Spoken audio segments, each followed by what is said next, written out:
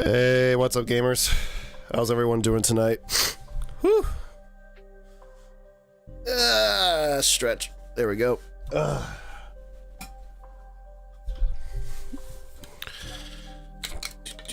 Do.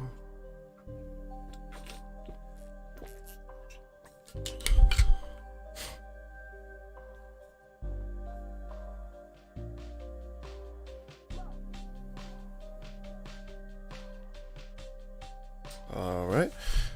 Hey, Isabel and Gray. Thanks for tuning in, guys. Appreciate y'all being here as always. Also ready to be your modly selves. How are y'all doing?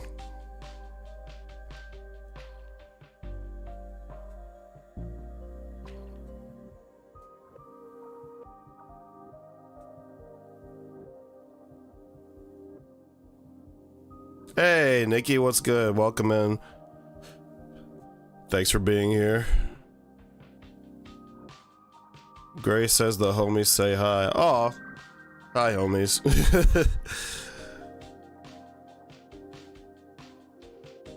Wait, Gray, are you in the shop right now? Are you in the studio right now?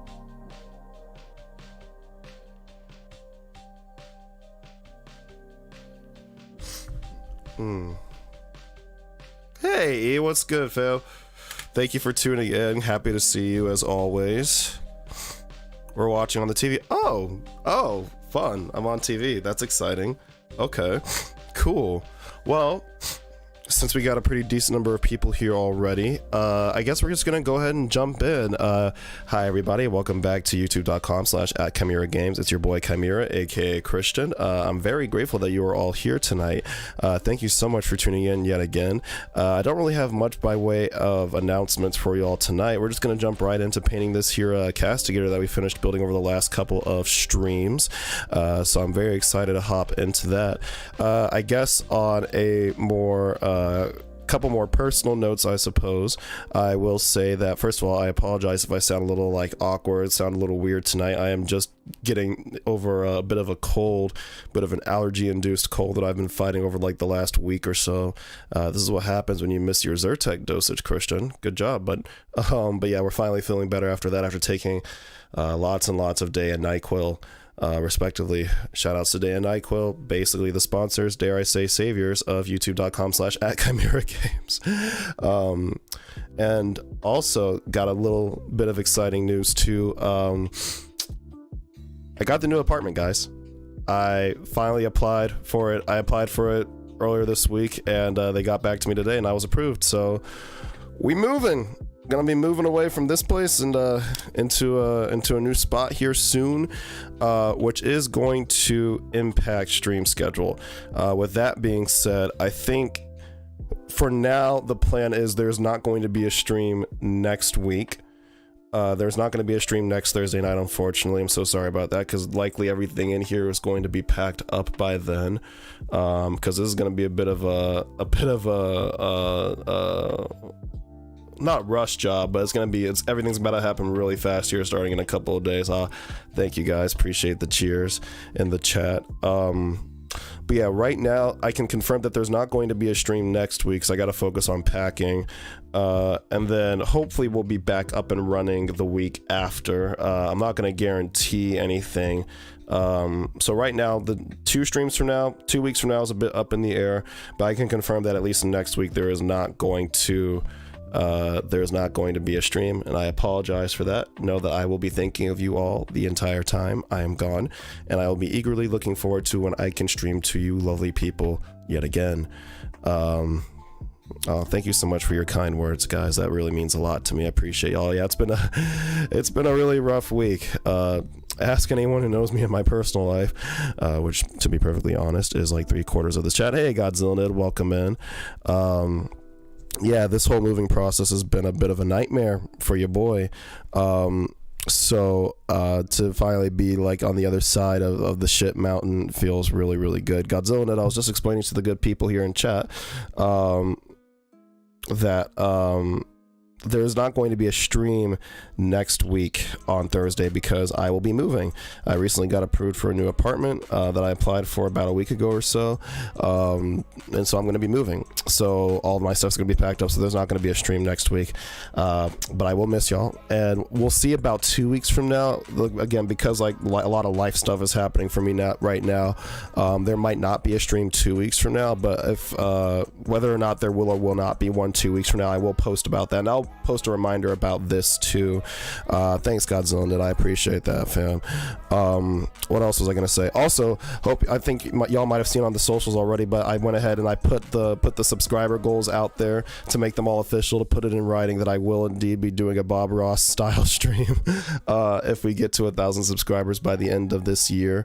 So now I will be held to that. I will be held accountable for that. Right. So yeah, as always, your support of this channel is greatly appreciated, y'all. Don't forget to leave a like if you like what you see here tonight. Don't forget to subscribe if you haven't already too, and don't forget to smash that notification bell. That way you know exactly when I do go live at our usual time, which is Thursday nights at 7 p.m. Eastern time, right here on youtube.com/Chimera Games. And with all that preamble out of the way, let's go ahead and jump into this project. So between streams, let me turn up my mic here a little bit. There we go. That should be good. And let me readjust that, actually. Okay. So, between streams, I primed our Castigator here. Gave it a nice matte white prime all around, even on the underbelly. Because this is going to give us the best possible foundation for the technique I want to try using with this model for this paint job. Basically, likely many of you, especially who are hobbyists yourself, are familiar with the YouTube channel Midwinter Minis. Midwinter Minis was low-key my inspiration for getting into this whole like hobby content creation thing, and also just was my gateway into like the world of miniature painting, and especially Warhammer 40k. And recently the guy who runs the channel, his name is Guy to be clear, posted a video on how to do like a really nice weathered tank paint job on a Lehman Russ battle tank for the Imperial Guard army, and so I figured I wanted to try doing the exact same thing but with my own little twist on it for my Castigator here. I know we already I had y'all a few streams back vote on what color you wanted to see the tank be. Yeah, Midwinter Minis is the go, Godzilla, and I agree. I've learned so much from him and so many other content creators on this platform. It ain't even funny, but so I know I said we agreed that the tank would be white, but I decided, and I decided in addition to that, we're gonna go for a nice sort of bone color, like sort of off-white type situation. So the first step is going to be to apply this Army Painter Speed Paint Palette Bone all over the body, or mostly all over the body of the tank. I'm pretty confident that I'm satisfied with the way this color looks straight out of the bottle, which reminds me, gotta shake it up. Of course, remembering to shake in frame to avoid any conspicuous looking activity. Anyway, see guys, look, we're learning, we're growing. So gonna give that a good shake. Also gonna give our medium here a good shake. I was saying before, I think I'm pretty satisfied with the way palette bone looks straight out of the bottle, but just in case, I'm going to run a test real quick just to see how it's going to look. I got a fresh dry palette right here, so I'm just going to apply some of this palette bone straight on top of this. I'm just going to spread it out some and observe how the color just sort of looks. Yeah, right, I love this paint, Godzilla. Yeah, it's a good paint, I agree. Okay, so kind of looking at that, it looks good, but I might actually end up diluting it with just a little bit of speed paint medium, just because I want it to be just a little, I just want the color to be a little lighter than it is kind of right now. So let me run experiment number 2, which is going to be to drop, I'll drop it in here. I'm going to do 1 drop of palette bone against 2 drops of speed paint medium. Hold on, this needs to be shaken up a little bit more because there is definitely sediment settled at the bottom of this bottle, which is what happens when you don't use your paints in a while. I haven't actually applied my speed paint medium to anything in a minute, so it makes sense that it would be acting like this right now. There's some stuff at the bottom. Needed to mix that back in there. Okay, we're gonna try mixing this with 2 parts speed paint medium And that should be enough. And then I'll spread it out with this brush, just to see how that's going to look. Okay. It's a little bit lighter for sure. I have other plans for the color too. It's not only going to be, it's not just going to be pallid bone as like the sort of base, or like as a part of like the main armor color. I'm gonna do some dry brushing with some wraith bone I got sitting here, methinks, and I'm also gonna do some a little bit of edge highlighting too later on, but I'll explain those bridges as we cross them. Okay, let me move my microphone in a more suitable position. Bada bing, bada boom. So, I think we're gonna do actually, I think 3-part speed paint medium is gonna be what we end up doing. Alright, so, from this point on, this project is gonna get a little messy, so I'm gonna glove up real quick. Also because this tank, unlike, you know, other miniatures, doesn't have a base that I can hold it by. Because generally speaking, the sisters tanks, none of them have bases for rules purposes or for gameplay purposes, you know. So I'm gonna have to actually like manually handle the model as I paint it, which is not ideal, but as long as I wear these gloves, it should be fine. Plus, like, this is gonna get kind of messy as I go anyway with like the paint and stuff, so wearing gloves is a good idea either way. So there we go, we are all gloved up and we are ready to go. So the first thing we gotta do is I'm gonna take this little jar that I had lying around, and I'm going to actually use this to mix up our pallid bone and our speed paint medium, because we are going to need quite a bit of it. So I'm going to kind of eyeball what like 1 part, I'm kind of eyeballing what 1 part pallid bone, 3 parts speed paint medium is going to end up looking like. I'm not a scientist, therefore I do not have scientific measuring equipment just lying around. For this purpose I kind of wish I had, but that's okay though. Okay. So that was like what, 4 squirts? So let's do like, that was 2, 3, 4, 5, 6, 7. Oop.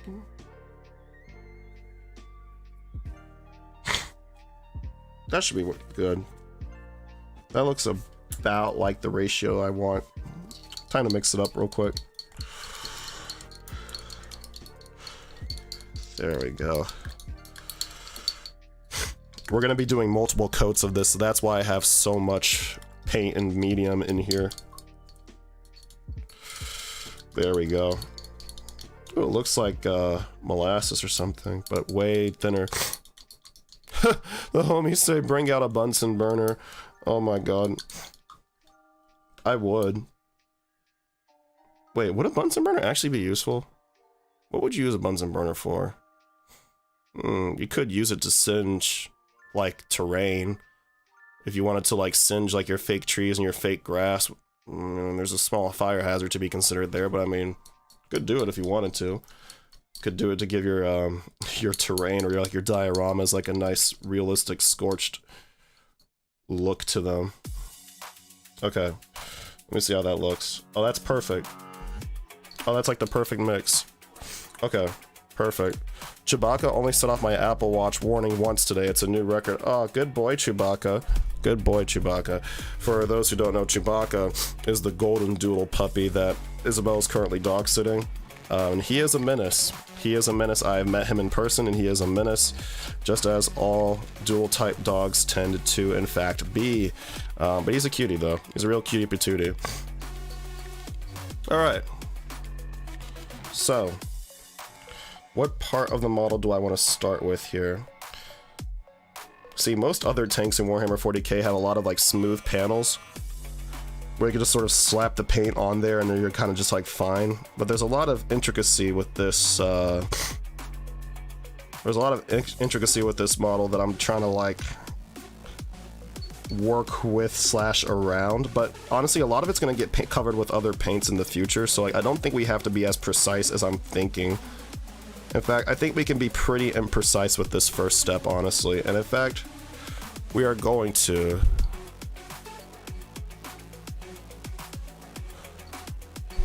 what 2 types, dark and normal? Are you talking about Pokemon types, Godzilla Nerd?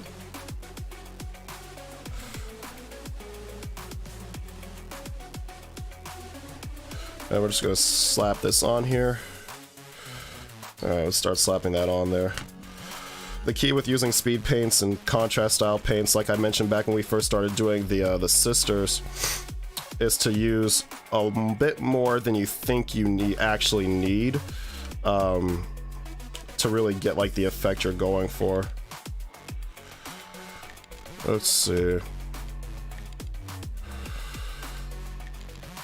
We're gonna make sure it's nice and spread out here too.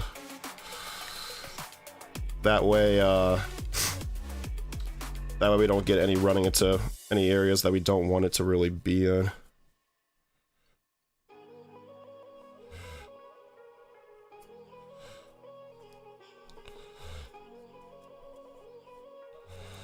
There we go.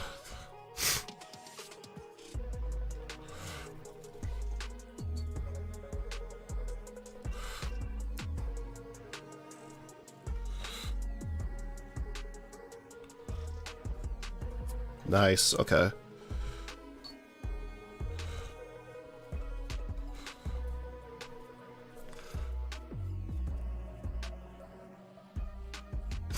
I think we'll just go for the entire top part really right now, because that'll be the easiest to have dry, since it's already upright and all.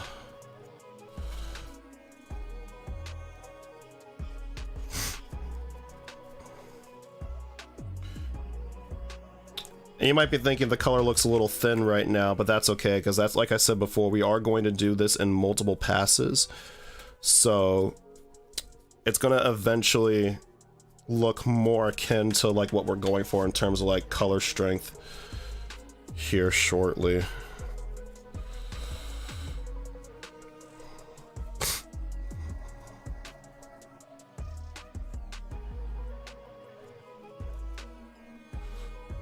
So just go ahead and get that part right there, since it's already got some on there.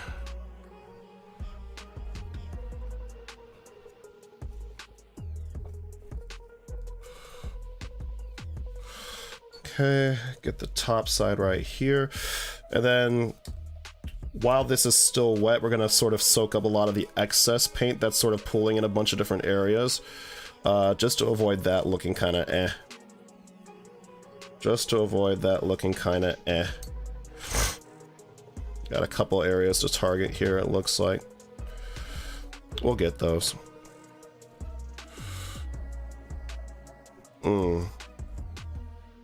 Meanwhile, while I'm doing all this, tell me how your day was, guys. As always, I'd love to hear about your days if you would like to share about how your days went.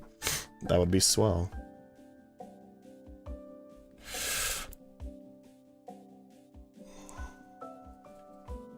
But yeah, Godzilla, going back to what you said though, yeah, Chewie would put me in mind of like a Poochyena or a Mightyena, if we're talking in Pokemon terms. You would definitely put me in mind of one of those two for sure. A menace, but a cute menace, all the same.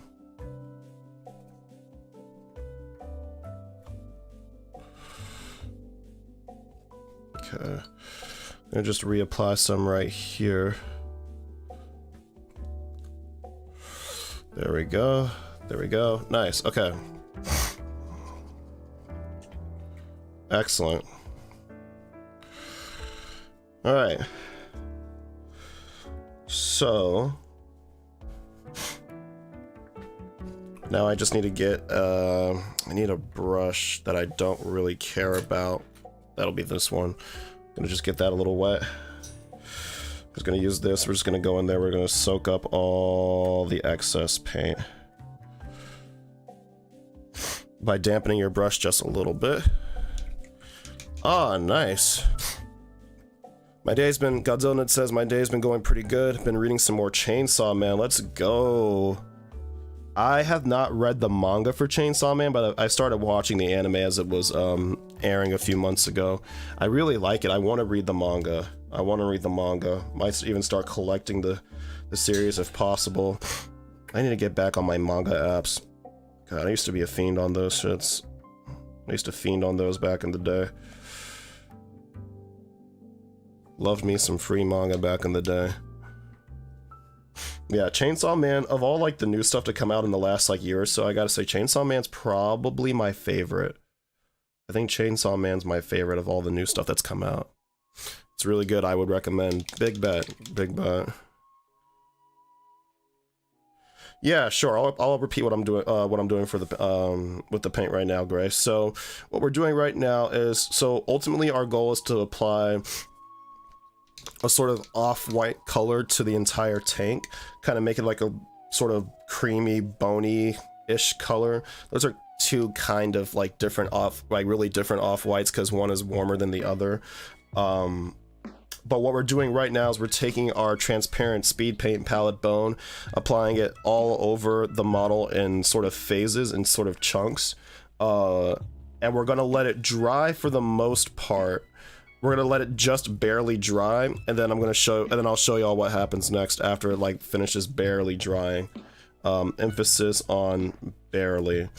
Basically what we're doing right now, as I'm like soaking up all the excess paint, is I'm waiting for it to no longer have a shine to it. So when it no longer looks dry to the or no longer looks wet to the eye, that is when we're going to move on to the sort of next step here. And actually, while we are waiting on those parts to dry, I'll go ahead and show you kind of like a little bit of a preview of what I really want to do with the other elements of this tank. So give me 1 second here to get something ready for y'all real quick.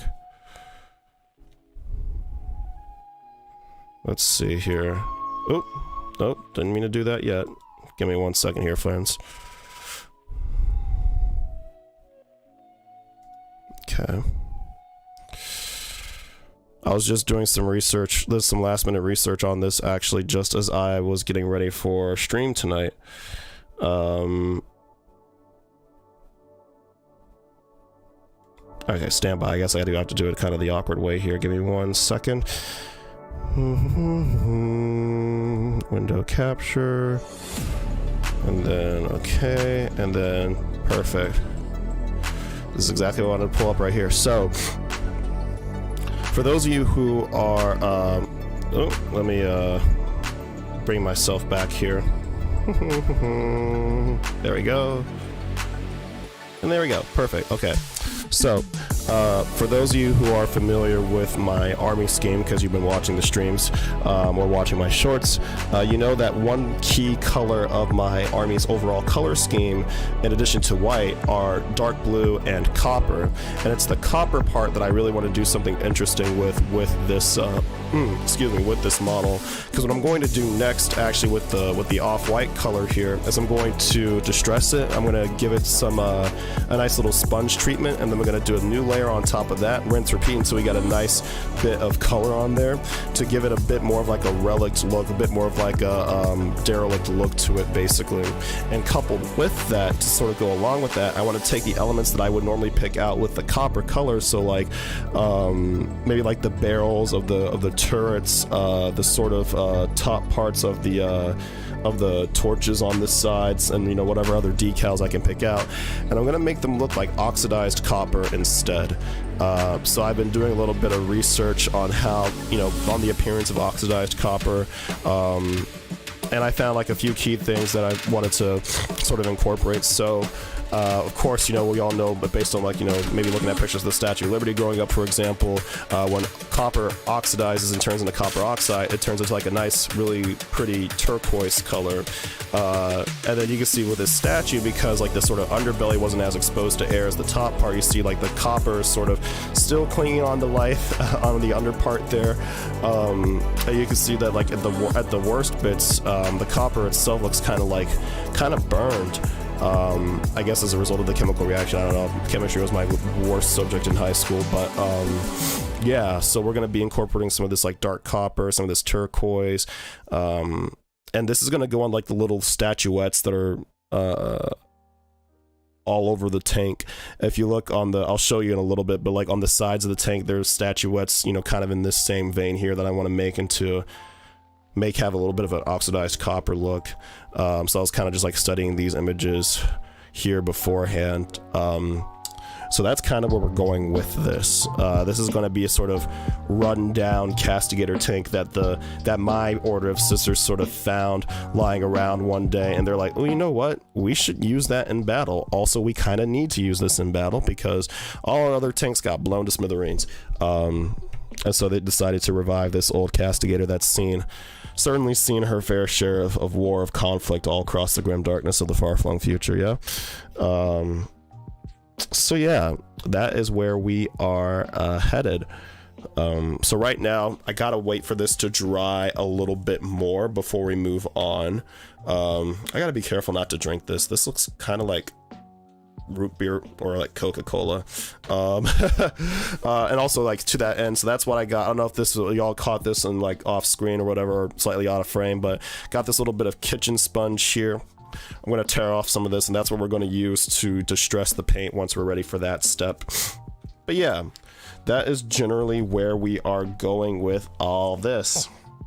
And actually, while we have a moment here, while I'm waiting on this stuff to dry, did I see it? Yes, Godzillanid. I saw the Leviathan box. It looks so cool. And if that ends up being $250 like people are saying it is, that's going to be a great deal, especially if you can like split it with somebody. I got in my gaming group Discord, we got people there chatting, like trying to find people to like partner up with and go in together on one copy of the Leviathan box. No, it looks so cool though. The Screamer Killer, dude, that thing looks freaking sick. I'm like, dang, that's quite the launch box they got there. That's quite the launch box. Also, y'all had a really nice faction focus article come out for y'all recently. I forget what it was called, but like y'all have that one stratagem now, or gonna have that one stratagem that lets you revive like 8 to 12 models or something like that on your turn. And I'm like, oh my god. What is this edition of Warhammer 40k going to be like if you can revive 8 to 12 models with one stratagem? Like, what the hell? I saw what might be a leaked timeline on Reddit for the release of the other like faction focus articles. The Sisters one is supposedly coming out on May 22nd. Some of the other dates on that article, on that leak I saw, were supposedly inaccurate. So I don't know if, like, you know, I can really believe anything to that, like anything that was on that post, but if it is to be believed, I am excited for that. Oh, you had that strat before. I see. Let's see, Grace says, wait, I'm trying to explain Warhammer right now. Am I right that painting the minis boosts their stats versus having them painted? No, so it doesn't boost their stats. So, every faction in the game, say like Adepta Sororitas, aka the Sisters of Battle, the one that I play, also has sort of sub-factions associated with it. So like when you choose your army, you also choose a sub-faction, which is kind of like an army specialization, right? For example, the Order of the Bloody Rose is the melee specialization for the Sisters of Battle, right? Each faction in the game, each sub-faction has their own canonical color schemes that'll tell your opponent, like, hey, my sisters have all red armor, therefore I'm playing like Bloody Rose. Although this is not always necessarily strictly true. In some competition, you know, your opponent, the tournament organizers, the judges will be a bit more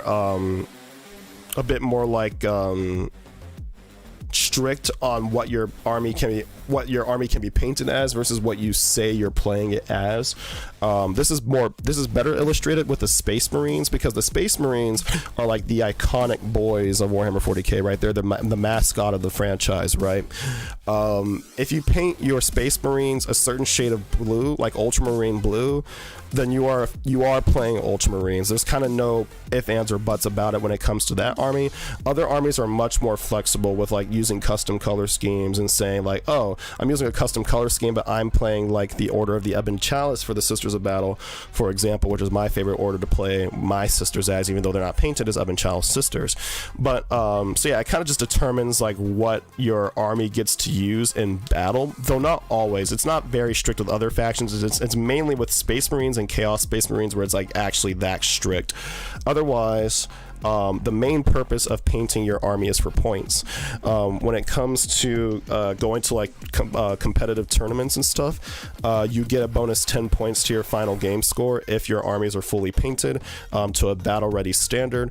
A battle ready standard being defined as having at least 3 colors on the model and a decorated base, a decorated / painted base. So for example, if I pull up one of my Sisters of Battle that I have sitting on the shelf right here, this Sister of Battle meets the requirement very easily because I have at least 3 colors on it: the blue, the white, and the copper, and the base is decorated. Doesn't have to look the prettiest. Just to get it to a battle ready standard, you need just 3 colors and a decorated base. Yes. I was telling you one time that for the purposes of scoring, that's why you would want to paint your armies, and also just for the sake of not getting confused with your other army, with other people's armies too, because like say if you're playing like a mirror match, if someone else is playing the same faction as you and both of your armies are just gray plastic, you can see how very easily that would be turned into a bit of a problem, especially when it comes to who takes which models home at the end of the game. But yeah, most if not all competitive tournaments, and most, and even like not most, but like maybe like half of casual tournaments will not allow you to compete if your models are not painted, which some can argue is a bit gatekeepy. I would disagree. I think you know, painting the models is part of the hobby, you know, and really you can just, it doesn't have, like I said, it doesn't have to look pretty. You can just literally slap some paint on there and be like, boom, you're done. As long as they can be identified as your models, there's kind of no limit to how exactly you can paint them. And it's kind of like a mutual respect thing too. You know, everyone who plays 40k by and large, you know, will put a great amount of effort into like painting their armies. You know, to paint my first 1500 points of sisters took me like months. It took me like 8 months or so to do that, you know what I'm saying? And you know, it's kind of like, it's so cool, you know, when you go to a game, say at like your local game store or like in your friend's basement, and you show off your army for the first time and you see their army for the first time, you're like, oh my god, that's so cool. It's all part of the social experience of playing Warhammer 40k too. So it's kind of like, you know, showing up is like with your best foot forward, you know, for your opponent. Kind of helps to, you know, just sort of set the mood, set the tone, you know, because at the end of the day, win or lose, you're both there to just have a really good, really fun time with each other, playing out the game and, you know, building the story of your game as you go along, you know. So that was the long version of the explanation that you asked for, Gray. I hope that was sufficient. Let's see, how we doing here? How we doing? Let me just take a little testy westy here. Did I really just say that? I'm just gonna, oh yeah, okay, yeah, that'll work. Cool. All right,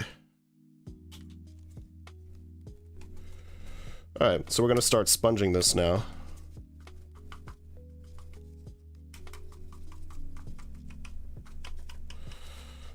We're just going to go very light, very randomly, all over the model where we've already painted, and just sponge it all out. You know, when I was trying to prime this model last night, it did not go very well, I'm not going to lie. That's okay, we're just going to pop that back on there. The top is supposed to be removable, so that's actually very, very fine. That's very alright with me.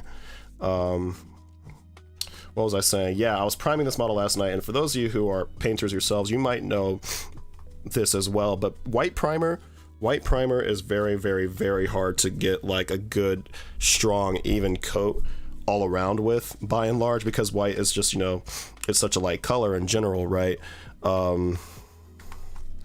So it took me like multiple passes at this model to finally get like a good strong white undercoat, but then I realized, like, you know, if I'm gonna like make this thing look like old and beat up and stuff, it actually doesn't really matter how uniform quite the the white undercoat really is.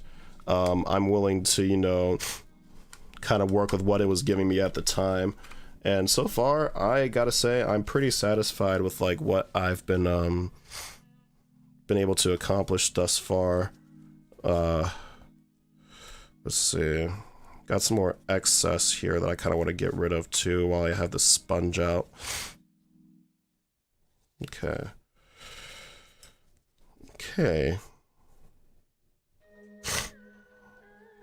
Okay.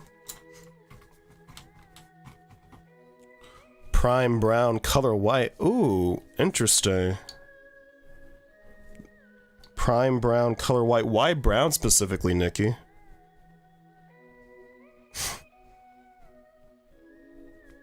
And with that, we are now ready for the second layer of pallid bone to go all over top of all of this.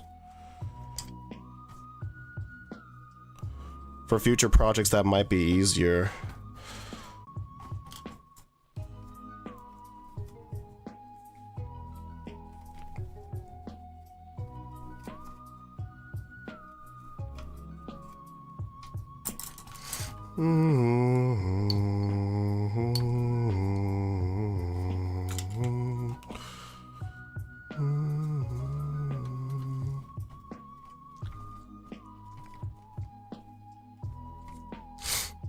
Looks better, easier to paint. Patches will look just like wear and tear and not mistakes. Gotcha. Okay, cool.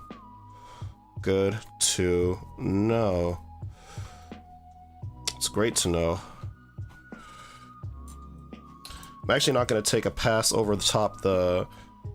I've been dubbed a turbo weeb, and you've been dubbed a turbo nerd. Oh. A turbo nerd, you say? Turbo, huh? Fascinating. As opposed to like a nitro nerd or a nitro weeb. I feel like they're underselling me here. No, I'm kidding.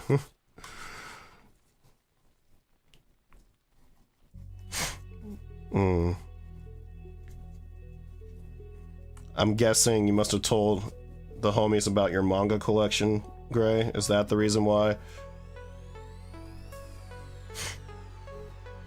Wait, bars? Wait, hold on. What did I say? Wait, I don't even know what I just said. Wait, what did I say that was bars?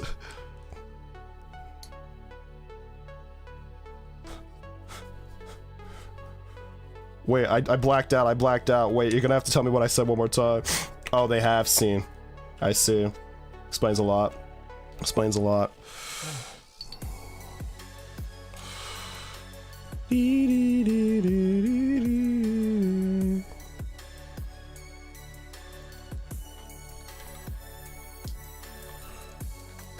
Oh, Nitro Nerd. Right.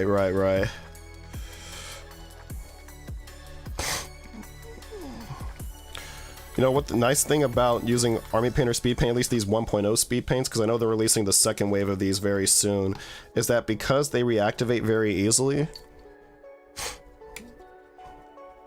it's actually really easy to correct the mistakes you make with these.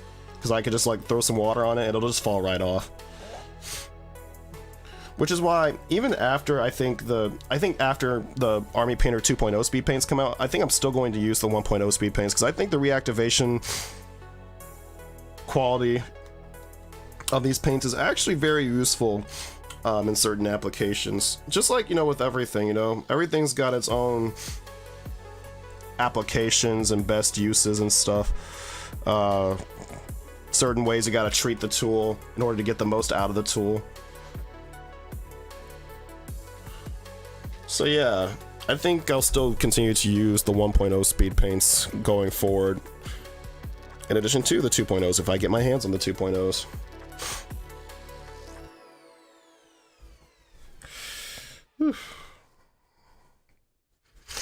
Yeah, this paint process for this tank, even though it's just one model, is actually not going to be quite as fast and furious as the previous project was with the Battle Sisters, because it's going to be a lot of waiting for things to dry, and and because it's a single model too, it's not like we can do it like assembly line style and like go work on something else on the model while we wait for while we wait for other parts of it to dry. Or rather, I meant to say, it's not like we can go work on other models in the unit while we wait on the stuff to dry because there's only one model in the unit.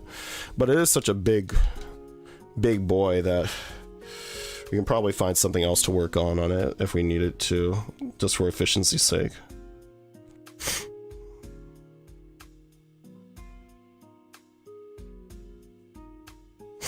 Gonna wick off some of this excess paint yet again. We definitely wanted to fill our recesses,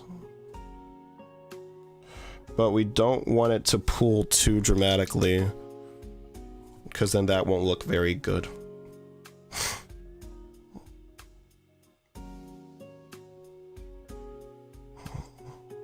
Got a lot of paint that managed to find its way in here. Let me just sort of excavate some of that. It's okay for most of it to stay though, so I don't have to excavate all of it, just some of it. I like how this is going so far. I think once we get a couple more layers on there, this is gonna look bomb as fuck. I'm very much looking forward to how this turns out in the end.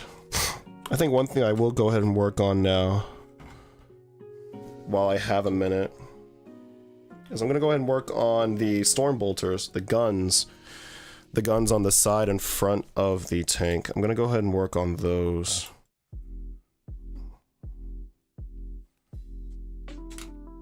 Oh, thanks, Isabel.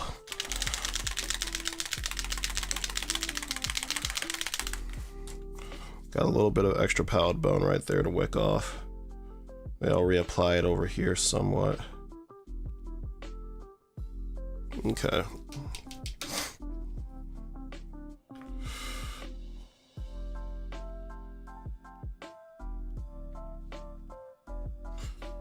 And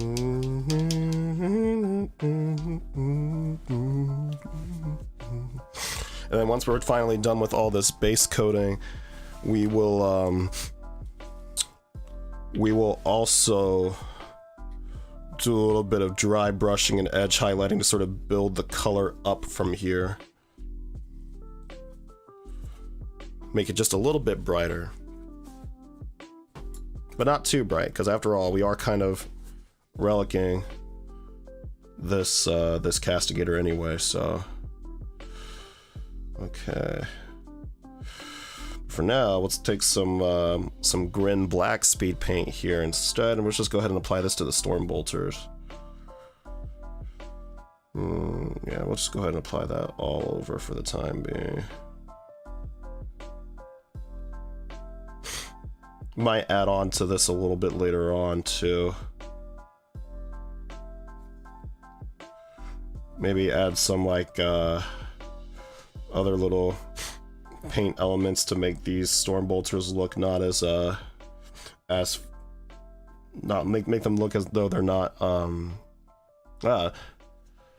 what am I trying to say? To make them look less like they're fresh off the assembly line. That is what I'm trying to say. You can see, this is what I love about speed painting, because I love how because the paint is transparent, the sort of white undercoat is just poking through at the edges and giving us some nice intrinsic highlight action, which is great. Very helpful.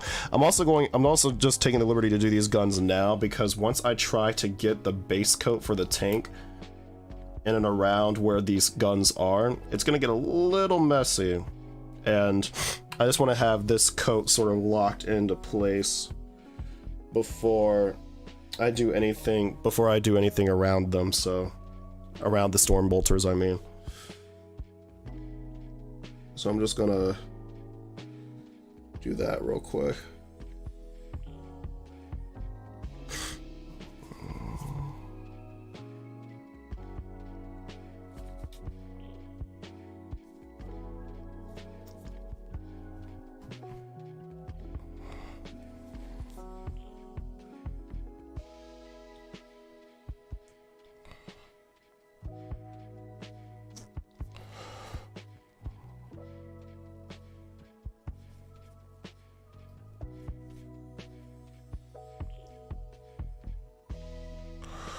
There we go. I might dry brush this with some lead belcher or something. I don't know. Really, the only two parts of this paint job I've really like fully thought out are the base coat for the tank and the copper elements. Beyond that, I'm kind of just winging it. Winging it based on, you know, stuff I already know kind of how to do. It's not a lot of extra decision making really to go into these next few parts. Just gotta make sure I get every part of it. Every part of the gun here. Whew. My least favorite model to paint. Ooh. Ooh, I actually do have an answer to this question. So, the answer to my question, to that question, Godzilla Nid. My least favorite model to paint, easily the Leagues of Votann Harnkin Pioneers, the bike models. Those things. I got the Leagues of Votann army box back when it like first came out because I was like, ooh, Space Dwarves. I like this. I want to try this army out. And the the Rubric Marines I'm sure have so, because I've seen my friend paint those and I'm like, dang, that looks hard as hell to do because of how much gold trim they have. But yeah, no, the Harnkin Pioneers from Leagues of Votann are really tricky. They're so much more intricate than they really look at first glance, and then on top of that, I don't know, I don't even know, like, I just remember I had the most frustrating time with those because, I mean, aside from like the usual troubles of like painting bike models with, you know, like the model sitting in the chair, and then you gotta try and get like the back and also try to get the chair unless, you know, you paint them in sub-assembly, and also the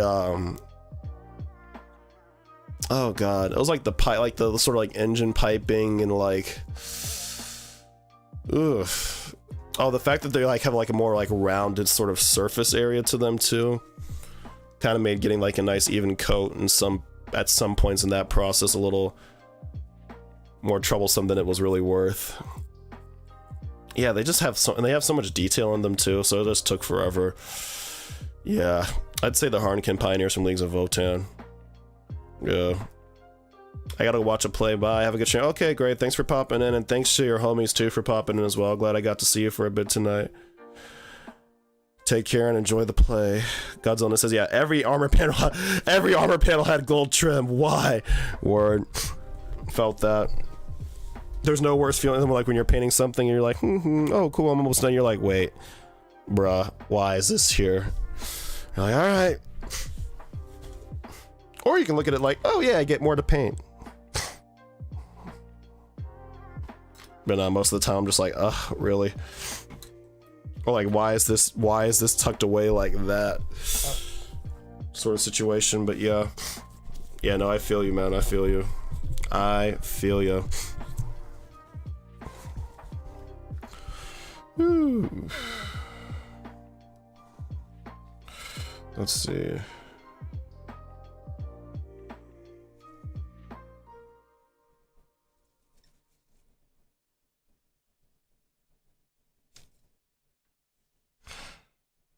Ah, boy.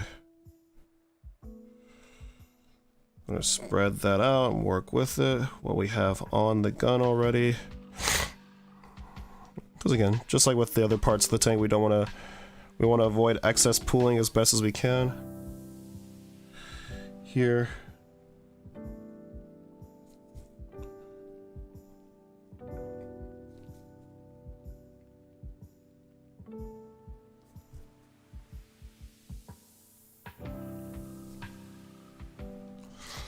Whew.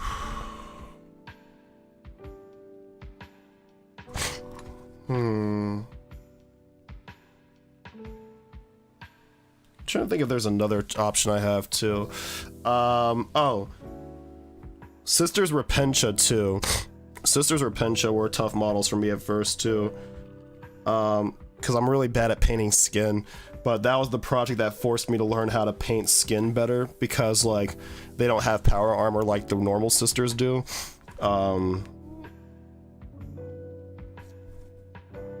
But yeah, At the time, though, when I was first learning, those were tricky as hell to do. Those were super duper tricky.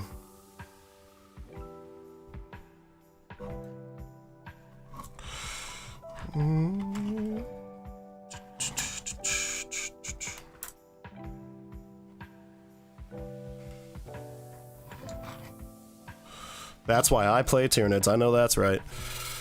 I know that's right, Godzilla. I know that's right. No skin and no faces. Word. That's why I put mostly helmets on all my sisters, to avoid having to paint their faces. For the most part. And also I just feel like it's more practical. I feel like they would never take their helmets off in the heat of battle. Unless it's like damaged or something. Because the Sisters of Battle are an extremely well-disciplined fighting force. Of course.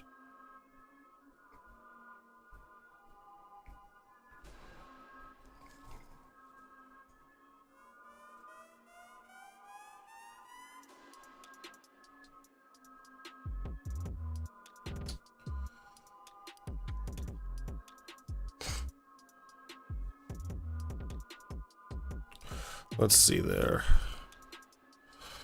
Turn that around more fully. There we go. Get the last little bit of it right there.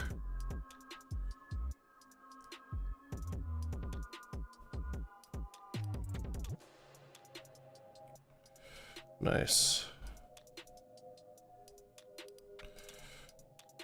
The thing I've always appreciated about Army Painter speed paints as opposed to Citadel contrast paints is that they dry on with a much smoother... These tend to dry on with a much smoother finish than the Citadel contrast paints, for the most part, which I appreciate, because I just think that really greatly increases their ease of use, by and large. Okay. Get that off, and then let's see.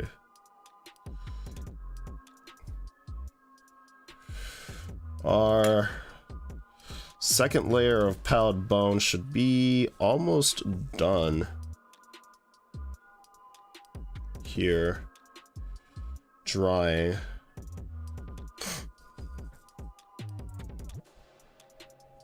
Just as long as we don't take 2 hours to get back to it, we'll be fine.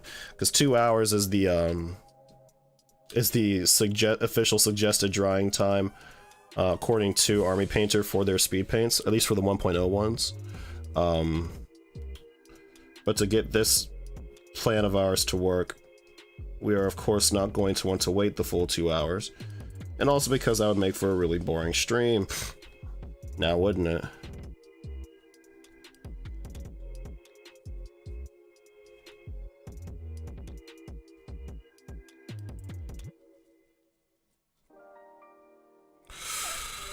Let's see. Hold on. I think I need to expose this doohickey right here. There we go. Oh, hold on. We need to get the last little bit right there too. And like I said before, you know, if any mistakes, any huge mistakes, any unsightly mistakes are made, they are very easily erasable because of how slowly these speed paints dry.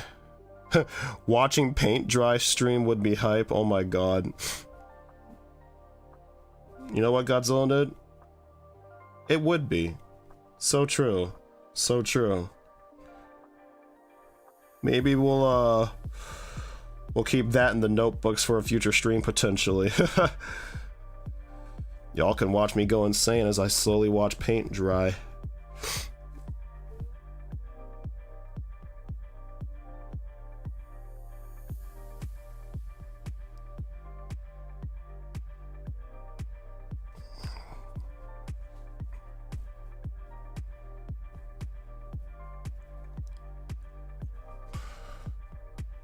Okay.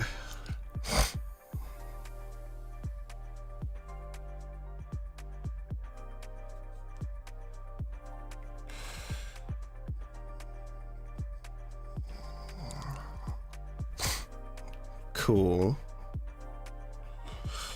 Alright, that's good for the, that's good on the storm bolters for the time being, I think. We'll be able to leave those alone for a little bit now, while we move on to other things here.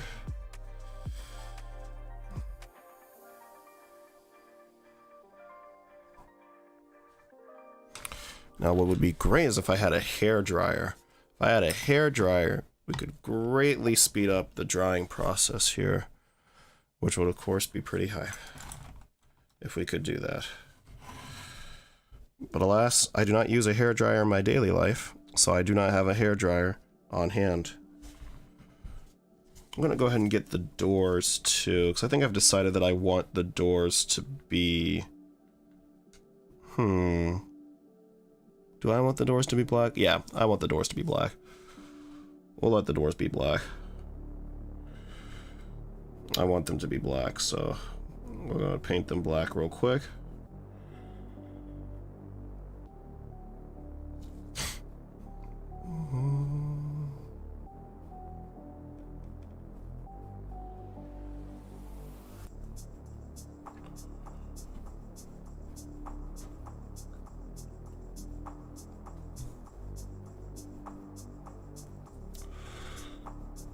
Nice.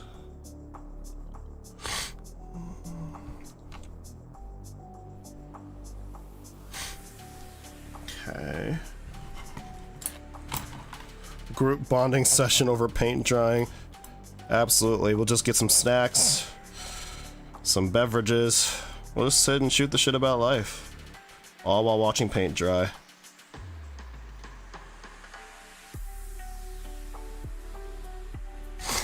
Gotta walk to it, chew it, and take a shower. Be back shortly. Okie doke. See you soon. Enjoy the walk. Oh boy.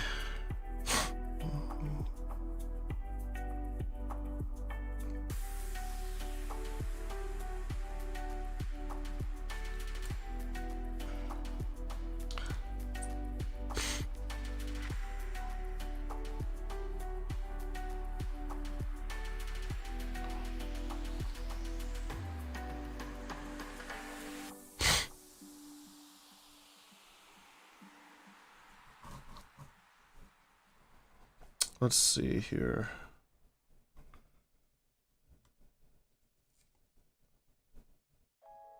Okay.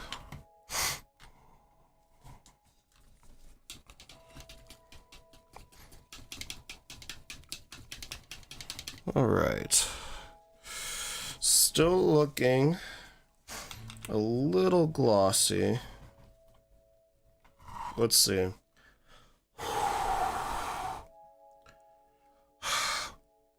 That's not going to work. Yeah, no, breathing on that is not going to dry it any faster. Let's see. Gotta give my ears a slight headphone break here. Whew. When I get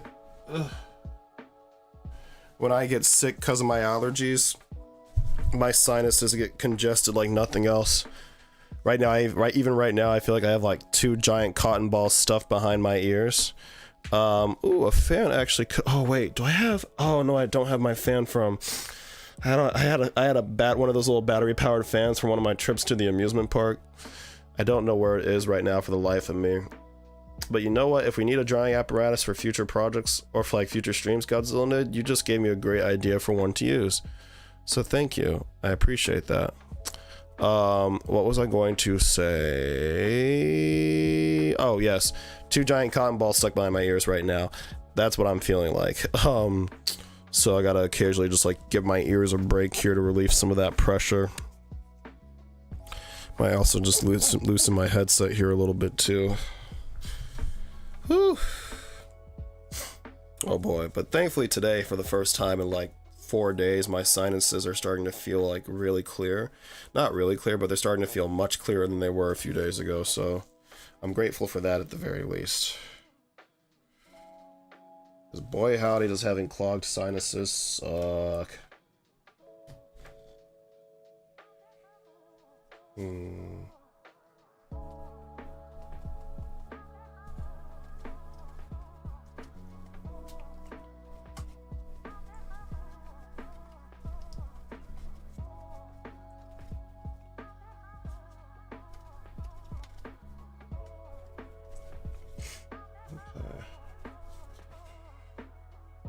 I decided that this is dry enough that we can go in there with the next round of sponging.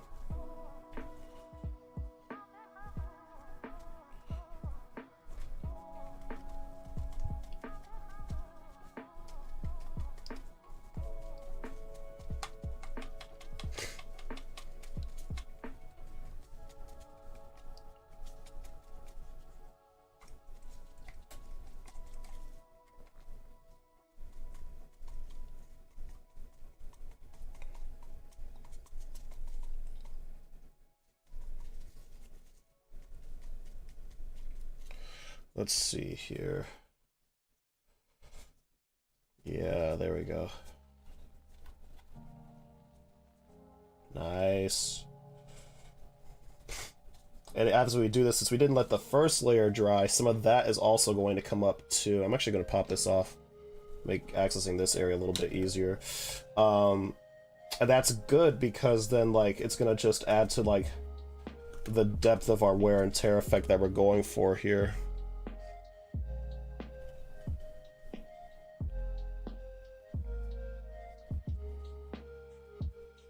We're also going to do some highlighting around, like, this sort of, like, around the areas where it looks like the paint has sort of come off.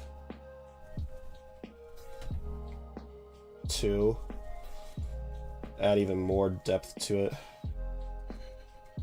Yeah. This is looking very nice. Oh. Got some black paint on that spot by mistake. That's okay.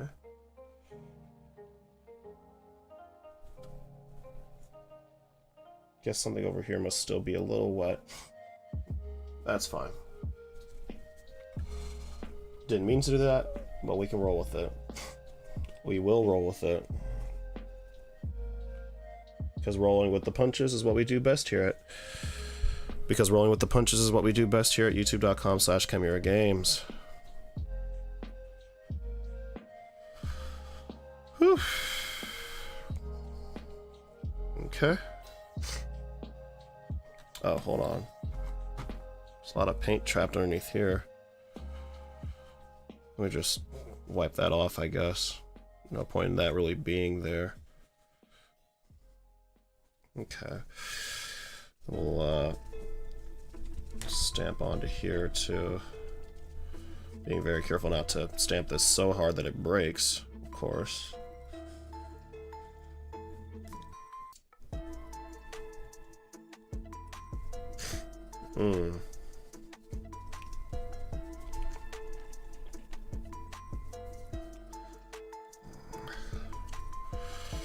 Yeah. Okay. I like that. I like that quite a lot. Okay. I think we can pop that back on top now.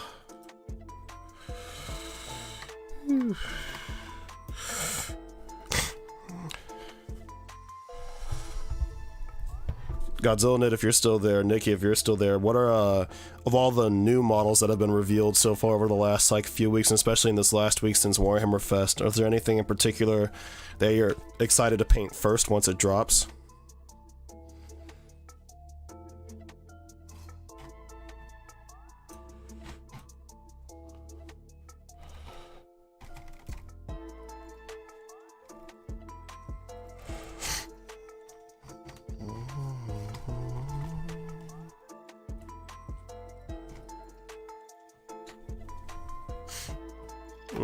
This is looking fantastic so far, actually. Oh, wow.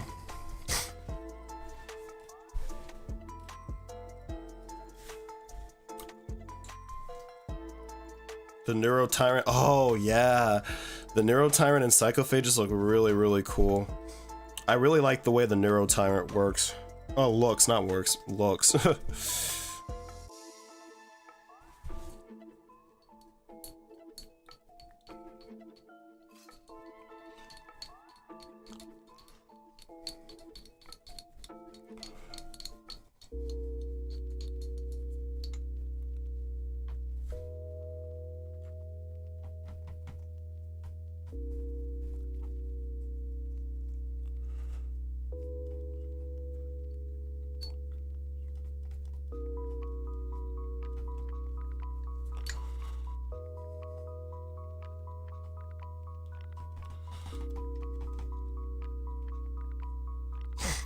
Actually, let me pop this off again. I find it much easier actually to work on this without that on there. Perfect. Just gonna slather all that on there. Very nice. Very nice. Okay. Cool, cool, cool.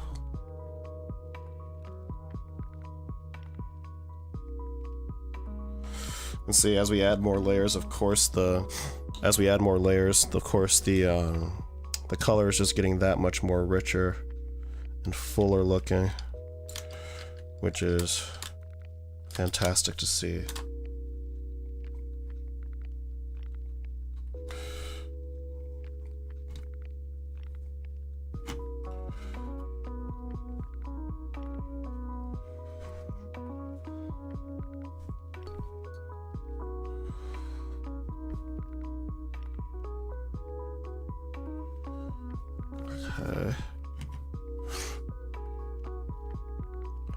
My wife just saw the new NIDs and wants them now, only she doesn't paint or play. Everything she gets is a pile of shame. Oh my gosh. Does she paint models at all, Nikki? Like, is she into like any other like game systems or any other like miniature lines, or are you the sole hobbyist of the household? Or does she have like any other hobbies that's not strictly like mini painting and stuff? Kind of looks like pre-heresy Death Guard. Yeah, you know what? You're so right. Yeah, because they have like that sort of off-white bony color to them. That's so true. I didn't think about that, huh? It's like my recent interest in Death Guard that's sort of like been building up ever so slowly. Has sort of eked its way into this my sister's army project. Okay. Nikki says she likes when I paint her models. Ah, word, word. Yeah, I helped Isabel paint her very first Gene Stealer a while back. I was like, oh wow, that was like a year ago almost now, actually, now that I think about it. It was a lot of fun. It was a lot of fun. Apparently when you're sick, you also cannot speak too. Papa Nurgle bless, yes, 100%. Always. Grandpapa Nurgle. Always here for us.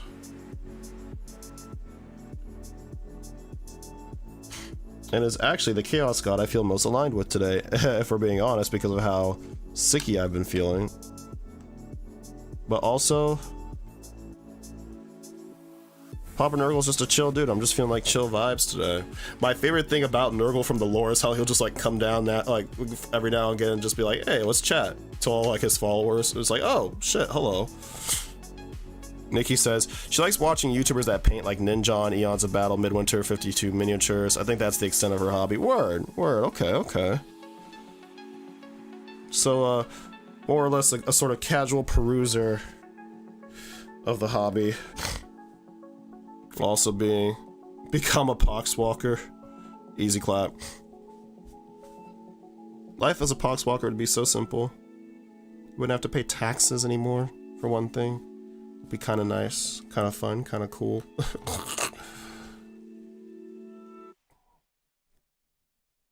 Okay. Alright. And now, of course, let's wick away some excess paint here. Also, let me check on this backside too. Speaking of excess paint, I think a fair bit of it might have dripped on the back here. Yes, some did right here. For example, this is not the brush I was using before to wick paint off the model, so let me get rid of that real quick.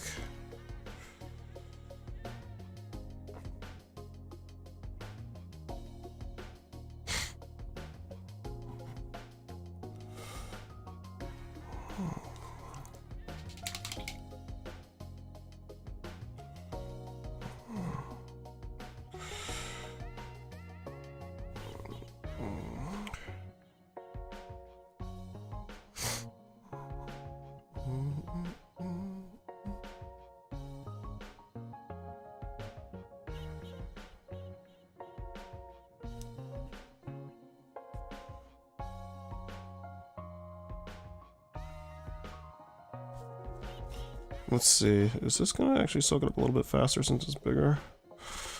Not quite. It's a little bit faster, but it really doesn't seem to make that much of a difference.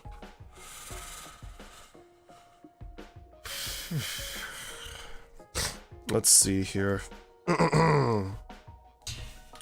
Okay. Gonna check for some more excess paint around the model too.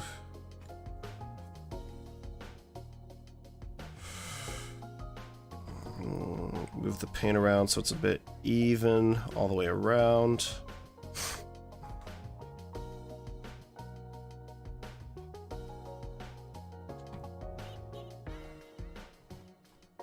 And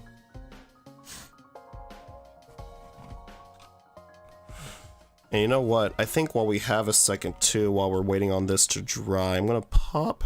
Ooh. I'm going to pop this off real quick. I'm going to pop off, I guess. And I'm actually going to take a second piece. I'm going to take a second piece of paper towel here. I'm actually going to more aggressively dry off this bit right here, covering these two hatch type situations. So I want those to be nice and dry, because I'm about to paint those black, actually. Or maybe not black, I'll paint those like a little bit of a dark gray, I think. Just to sort of break up the color field here, because we got a lot of pallid bone all over the place. I just want to add a little bit more variety in this area. I'm not going to use the same black that I used for the Storm Bolters. In fact, I think I'll go ahead and use Gravelord Gray, which is like a dark gray instead. Just to add a little bit more variety. After all, variety is the spice of life. That should be enough.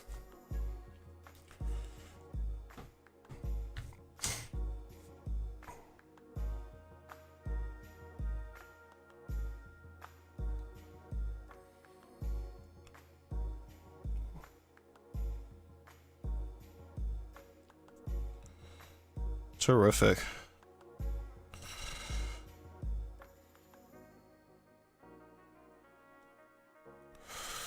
You're using Gravelord Grey right now? Ah, nice. What are you working on right now, Godzilla Nerd? Also, speaking of, can I just say, I really love how y'all have said that like you enjoy turning the stream on while you do work. You like work alongside me. I think that's actually really cool. And like honestly, that's one of the things I was kind of hoping people would get out of this stream. So yeah, I appreciate that. Weapons for your Death Guard. Nice. Very nice. What loadouts did you decide to give all your Death Guard? Out of curiosity. I say out of curiosity a lot. Maybe I'll make a fun compilation of all the times I say out of curiosity. Just for funsies. No, I'm kidding. That's such a pointless compilation. Like, literally, what would be the point of that?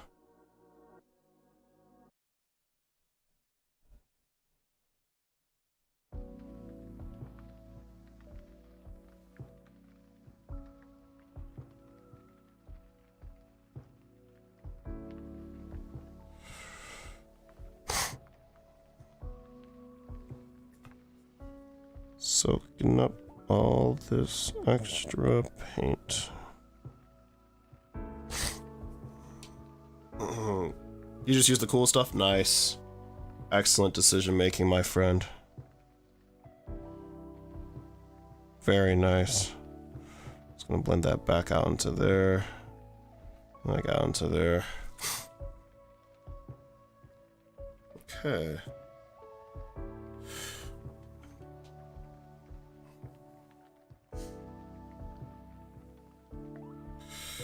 There we go.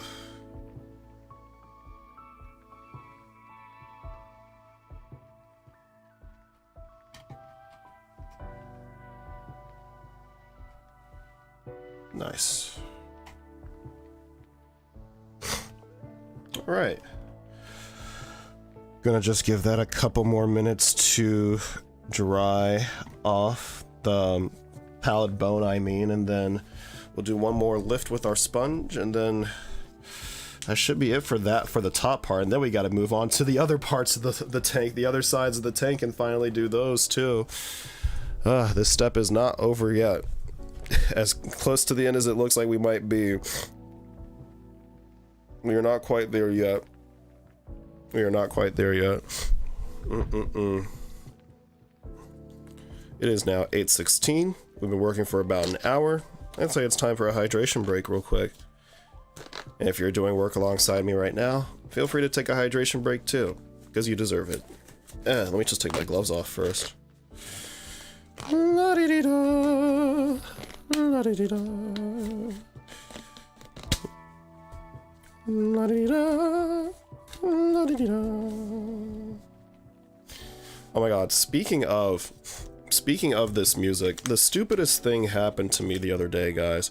So I'm at work, just doing work things, and I decide like, oh, I should go ahead and schedule you know, or put up like the scheduled stream for tonight, right? So I go into my YouTube studio and I do all that, and I see that the stream from 2 weeks ago got a copyright strike against it for this stupid, oh, not strike, but a copyright claim against it, because I don't get strikes yet because I'm not a monetized channel. Not yet, at least.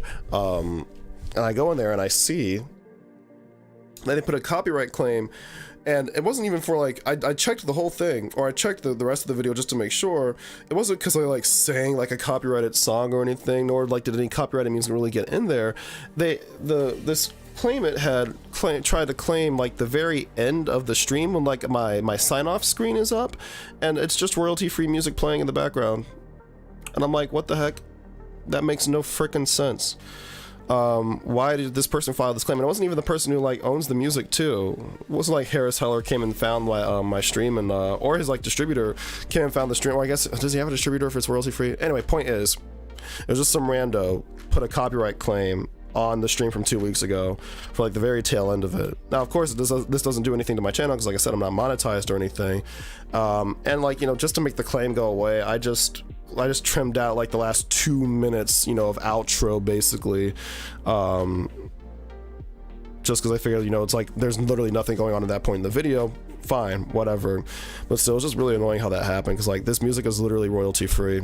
Hey Isabel, welcome back. Not much. We just applied the last layer of palette bone to the top part here, so we're just waiting on it to dry before we take the sponge to it again. And then I was just complaining about I think I told you about this the other day already, about how I got that copyright claim against one of my VODs from 2 weeks ago.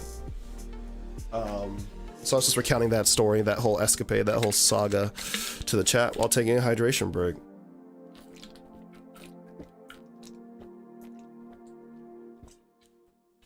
How was the walk with the menace? Excuse me. It looks so good. Oh, thanks, babe. I appreciate that.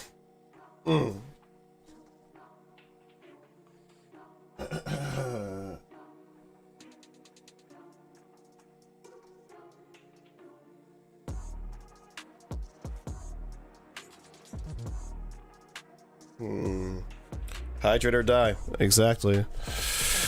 Let's see.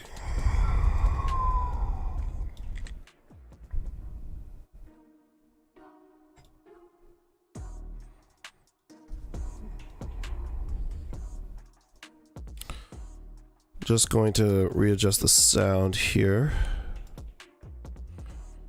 There we go. Successful. Isabel says he did all his business and only ate 2 weird things off the sidewalk. Ah, amazing. Down from 4. We love to see it. Puppy progress. Hashtag puppy progress.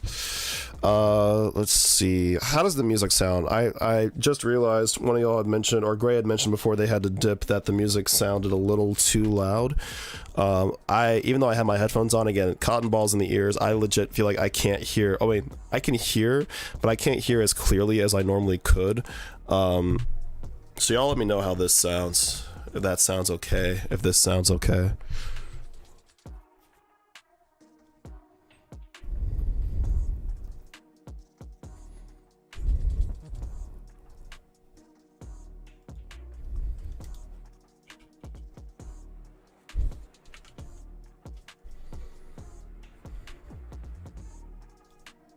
Music's good for you? Perfect. Thanks, Godzilla Dad. Awesome. Awesome, awesome, awesome, awesome, awesome, awesome, awesome, awesome, awesome, awesome.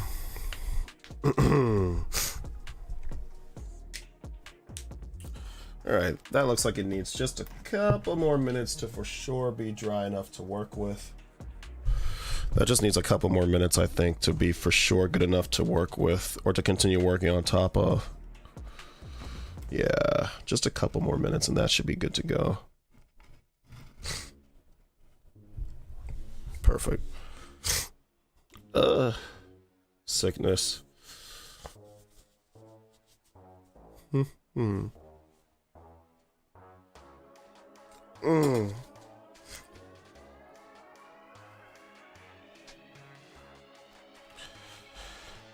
Alright. I'm gonna take one more sip of water, actually. Staying hydrated properly has been a huge part of my recovery over the last few days.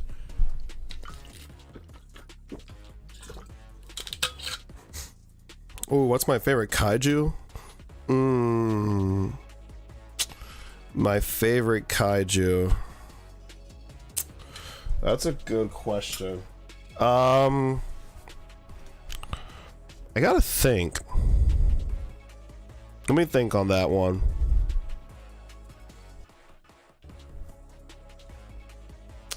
My favorite kaiju.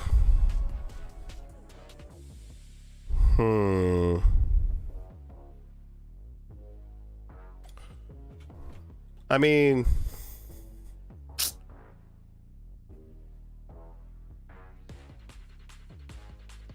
you know what? I'm gonna say it. Even if it's kind of a basic pick, I'll choose King Ghidorah.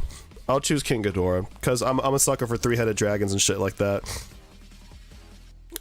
I'll put up King Ghidorah. I'm gonna put up King Ghidorah as mine. King Ghidorah as mine.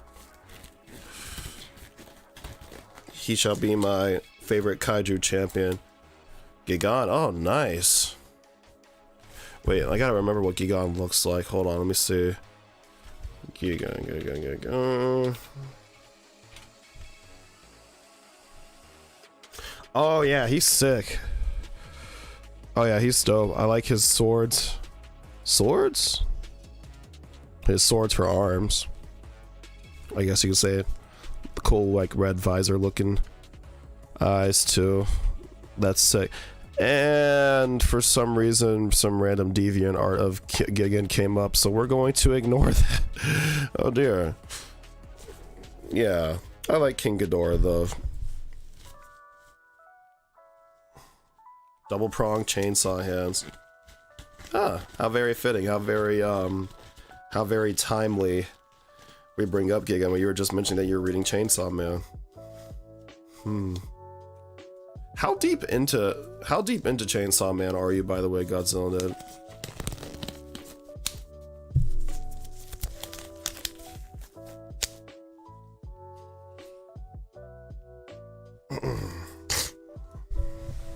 Okay. I think we are ready to sponge. Here, let me pop off the top here, make that a bit more accessible for us. There we go.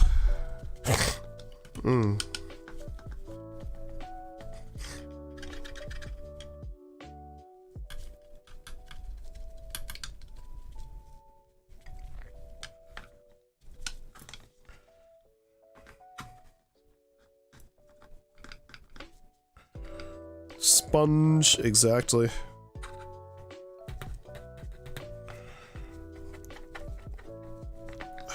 Let's see here.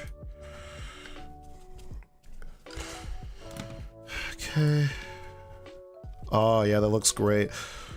See, the sort of the sponge effect gets a lot more pronounced the more layers of paint deep we go. So it's looking really strong right now, and I really like that. I really, really like that. I really, really like that, yeah. Oh, this is gonna look so sick when it's finally done, guys. I'm so excited about this. I'm so excited about this. And once again, please excuse all my nasaliness. Trust me, I am just about as self-conscious about it as you think I am. As you probably think I am. Okay. Yes. Yes.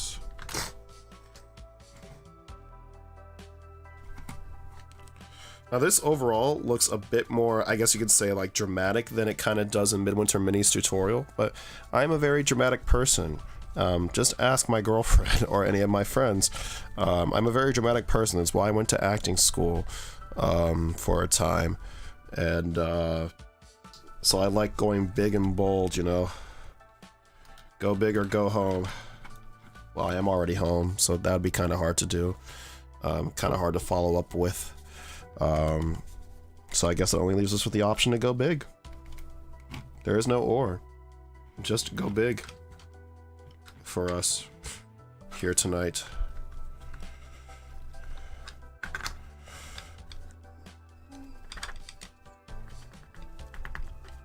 Okay.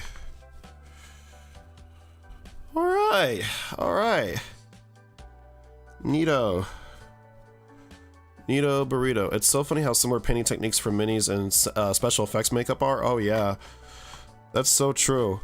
In fact, I think you and I talked about this one time, because like I remember like you were with me when we when I had to go, maybe you weren't with me, but this might have been just one of my random Chimera Games brand TM errands I ran one day, where I had gotten some makeup brushes from the Walgreens nearby where I lived at the time, so I could have a nice collection of dry brushes and also some brushes for some like other thing. Yes, that's right, you were there. You're like, why are you buying makeup brushes? I'm like, for my painting, duh.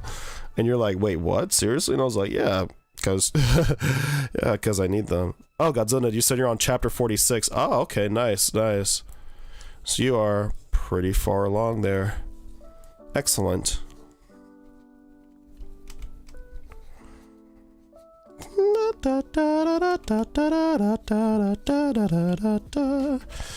That's me humming a little bit of the Chainsaw Man opening song.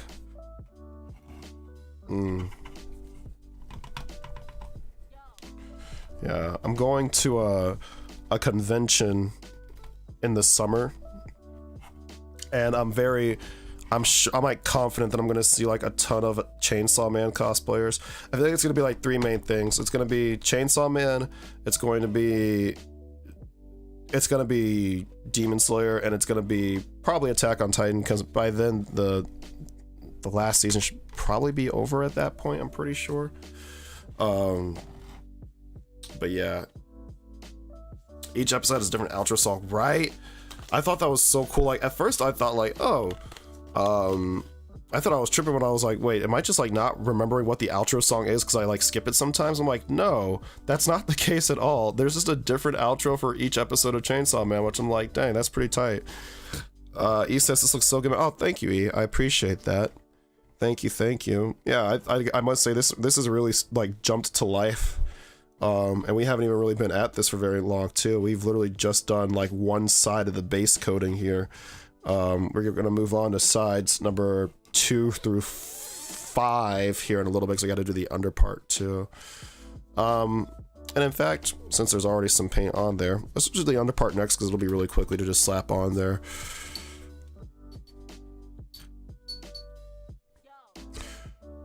We're not super concerned with like the uniformity of the coat or anything like that, because of the fact that we are doing our little sponging effect.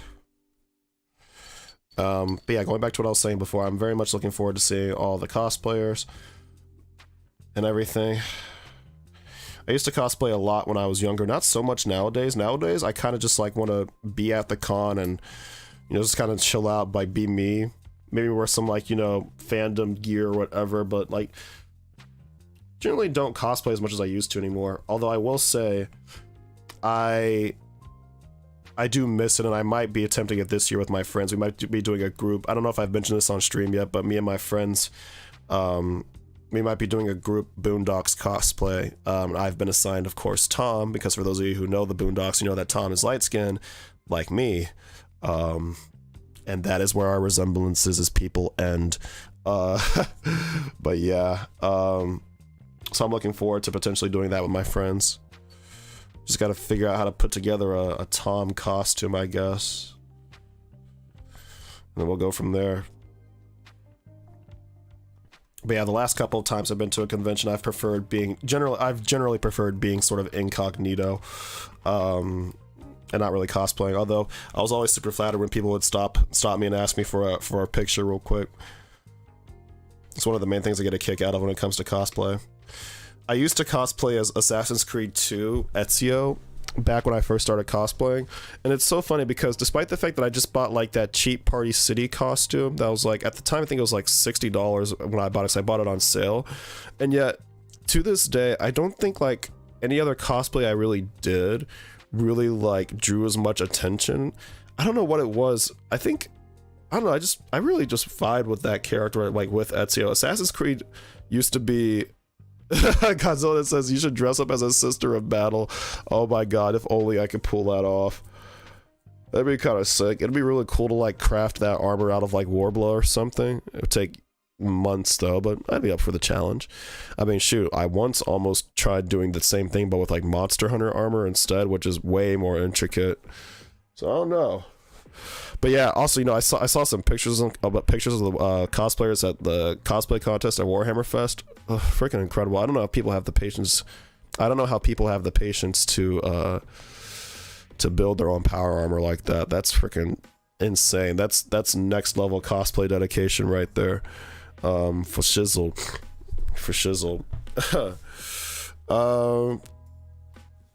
Let's see. Since the drying process actually isn't going to be quite as delicate for the bottom of the tank as for the sides and top, I'm actually going to go ahead and just do like this side right now too, while we're at it, because we can.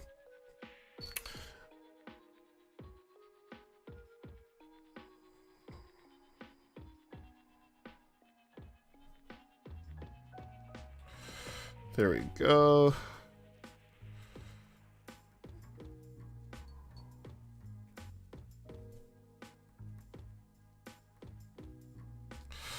Nice. Now, not trying to necessarily avoid the torches here on the side. It would be nice if I don't get any paint on them really during this step, but if I do, it's not the end of the world. It's not the end of the world. Oh yeah, but yeah, going back to what I was talking about before though, yeah, my Ezio cosplay, that was my favorite one. It was super comfy too, even in the summer. Despite the layers of cloth and everything, you know, it was quite breathable. So it was perfect for the summertime convention season. And they're always like, at least at the time, like back before like Assassin's Creed fell from grace, there were always like a ton of other Assassin's Creed cosplayers there, and whenever we'd gather for like the Assassin's Creed photo shoot, we'd like, this is post Assassin's Creed 4 release, right? So we would like gather and we'd sing like sea shanties together. Because like it was like the same organizer for the Assassin's Creed photo shoot like 3 years straight, and so she had all of us like sing sea shanties and shit, and we'd like go around the convention hall dressed up as assassins just singing sea shanties and having a good time. That was like Otacon's 2015 and 16. Otacon's the convention, by the way. Yeah, this was in the years before they moved it from Baltimore to DC. It used to be in Baltimore, nowadays it's in DC, which is nice for me because it makes it much easier to get to. Downtown Baltimore was a nice place though. I do miss being over there near like the National Aquarium and stuff. I'll never forget the very first year I went when I was 14 for Otakon 2014. It was just me and my mom that year because at the time, at least, I hadn't put like any of my friends onto Otakon yet. I had just been put onto it myself by a friend of mine from summer camp that year. And so the only person I really hung out with all the time was my mom, who of course was chaperoning me and stuff. Shout outs to my mom, by the way. This is a totally different memory from Otakon 2014, but one of my favorite other memories from Otakon 2014 was the East Coast premiere of the Kill la Kill dub, which if you do not know me, Kill la Kill, top 5 favorite anime of all time. I freaking love that show. And you know who else does? My mother. because I like dragged her to the East Coast premiere of the dub, which was at Otakon that year, in like the big theater space, and it was really cool. They had like a panel with like the whole English VA cast, or like a lot of the leads, you know what I'm saying. Got some merch signed by them. It was really cool. My mom had never seen the show. My mom had never really seen any anime up until that point, but she sat there with me in that theater with about 2,000 other people watching this dub. And keep in mind, it was in English, right? And if you know Kill la Kill, you know that this show's like, you know, it gets kind of, it can get a little spicy probably, you know, for like especially for Gen X parents' tastes, right? And like they screened the first 3 episodes, and after that my mom was like, that was actually really fun. Kill la Kill's actually really good. Yes, Flacco, I agree wholeheartedly with that statement. Kill la Kill is phenomenal. It's like one of those things where it's like, if you watch like if you watch it out of context, you're kind of like, what the hell is this show? But like you watch it succinctly, you watch it coherently, and you're just like, wow, this is actually some fascinating stuff. But yeah, first favorite memory from Otakon 2014 was convincing my mom that anime is actually pretty cool, especially with one as wild as Kill la Kill. Because, you know, when you're getting people into anime, you have to sort of like build them up to what you probably consider to be your favorite ones. Yeah, Jenny, I know. I remember the username. Well, as I say, yeah, like when you're introducing people to anime, or like most of the time when I'm introducing people to anime, you know, you got to start them off with the basics, because there's so many anime tropes that get like built on top of. Yeah, I remember when you joned on us for not Otakon, Katsu at Katsukon. Yeah. When introducing people to anime, you got to sort of get them introduced to like all the tropes, because then like to get to the anime that you probably like really like and are really into, you know, you have to sort of like get them well versed on those tropes so that they can appreciate how, like, you know, sort of like the beyond entry level anime, those tropes get played around with and like built on top of, you know, subverted, and things like that. And so I was really surprised when I saw that my mom was like so into Kill la Kill right away, because I feel like that show, there are a lot of tropes that get built on top of and played around with when it comes to Kill la Kill. And so it could be like easy to misread that show upon first viewing if you're not familiar with those tropes. But hey, I mean, maybe that's all just BS. Maybe my experience with my mom kind of proved that was all BS. I don't know. But my second favorite experience with Otakon was, so like I said, it used to be in Baltimore. Up until 2016. That was the last year I was in Baltimore. And during Otakon 2014, I remember I was leaving the convention hall for the day with my mom, and at the time we were staying at a hotel kind of outside of like the city limits of Baltimore. So we took like a tram in every day, and we were getting on the tram to go home to the hotel for the day, and there was an Orioles versus Cardinals baseball game that had just gotten out at the same time as we were leaving the convention center. And so you had like, you know, all these baseball fans, most of whom were drunk off their asses from stadium beer, like joining getting on the tram at the same time as all of us who were like in our cosplay or like wearing our weeb shit. And a lot of them were like looking at us. And I remember this was like a herd of Cardinals fans who had gotten on the same tram car as us, and they were like, what the hell is going on? And there was this dad from Tennessee. He was there with his wife and his 3 kids, very cute. And he sat like right across from me and my mom and was like, hey, what is all this? And I was like, oh, it's Otakon, and like we're all like in cosplay, like think of it as like Halloween, but like for 3 days straight, and for anime stuff. And he was like, anime, like Gundam and shit. I busted out laughing in one part, because I was like, wow, like you actually have a frame of reference for anime, moreover with like one of the more iconic, you know, pieces of anime history. And also too, just like the fact that because this guy was definitely like in his mid 40s at the time, it was just like, oh yeah, of course Gundam would probably be like your one frame of reference for anime, because like that would have been like, I guess for him it would have been a thing in like his like late teens, early 20s, I guess, if he was like in his late 40s back in 2014. Right, so it's like, ah, yeah, that makes sense. So yeah, I got a good laugh out of that. And he was like, his eyes were like buck wild, and like so many other people who had gotten on the train from that game also had the same look that he did on his face. So yeah, got to act as ambassador for all of weeb kind, even though I was kind of just like a little baby weeb at the time, at time of recording. But yeah, I'll never forget that Otakon 2014 moment. Definitely one of the more iconic ones. Definitely one for the history books. I was saying, yeah, never forget that. Sorry, they probably didn't hear me that time, but I was saying, yeah, no, we'll never forget that Otakon 2014 moment. Definitely one of the more iconic ones. Definitely one for the for ye old history books. Got some paint pooling on the inside of this doorway here in a way that I do not like, because it was just running down from the side. So we're gonna fix that real quick by just soaking that up as best as we can. Okay, cool.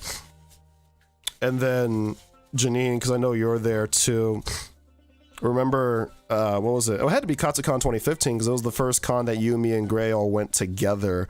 For context, for those of you who aren't aware, but I'm pretty sure most of you are at this point, Gray and Janine, aka Petty Flacco, are two of my real-life best friends.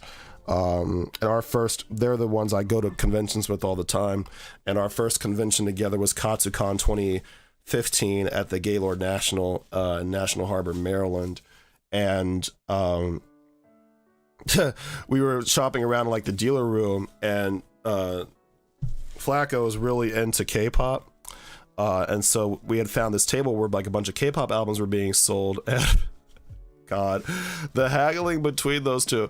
I'll stop there in case Flacco does not want me to continue with this story, or in case she wants to tell it in her own words.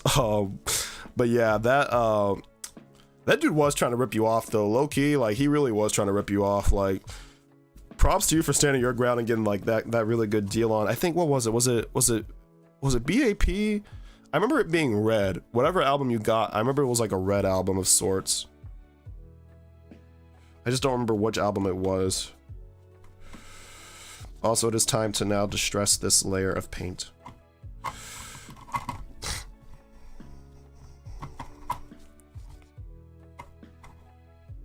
Yo, he was overcharging. Like, yeah, how much did he try to charge you initially before you were able to haggle down the price? If you recall from that long ago.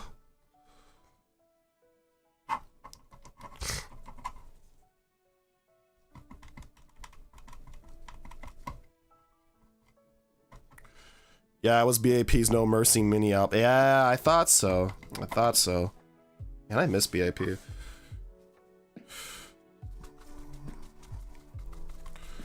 Go ahead and distress these. Like $60. Yeah, that sounds about right. Yeah, them dealer rooms at conventions, man. Those will eat you alive if you let them. Gotta stay woke when you're in those dealers rooms, when you're all up in there. Hang on tight to your wallet, because if you don't watch that thing, it will go flying out of your hands and into the hands of whoever you just bought that $200 Nendoroid from. Editor's note: I do not have any experience with buying $200 Nendoroids. I know some people out there do, and I do not judge you. I do not judge you at all. Isabel says gonna go take a shower finally. BRB. Okie doke. That's how Falco says. That's how much I would have paid. That much for it to be shipped from Korea. Yeah. And yet we were not in Korea. We were in fact fully in National Harbor, Maryland, and therefore did not need to deal with all that hullabaloo. Yeah, I miss BAP. I think of the one-shot music video. I think of that thing all the time. Especially like when I'm talking to people about K-pop. Like, I'll be talking about like a wholly different like group. But yeah, I'll still have that music video permanently burned into my mind, I think, for all time at this point. Yeah. Oxon Hill, true. National Harbor is just Oxon Hill. That is true. That is true.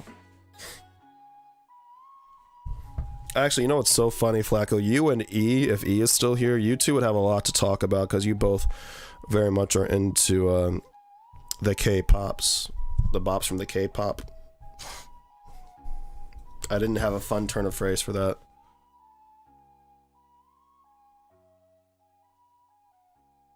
That's what made them my bias group. Yeah.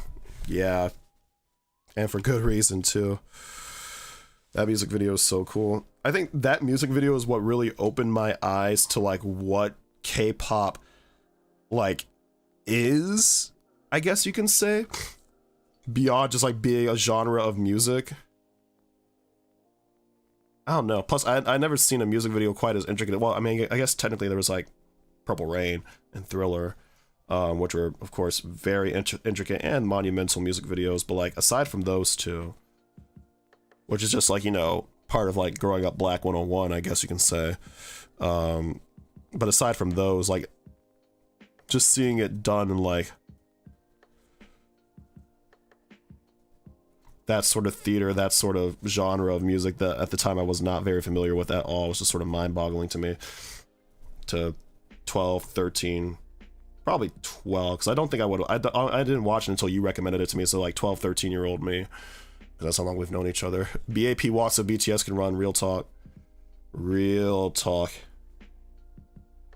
What is BTS up to nowadays? Or are some of them doing their mandatory service right now? Is that why we haven't really heard about BTS in a minute?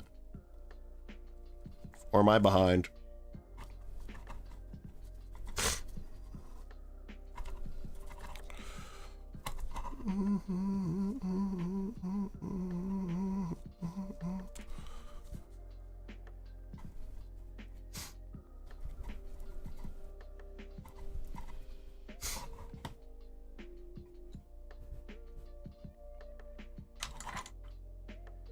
Nice.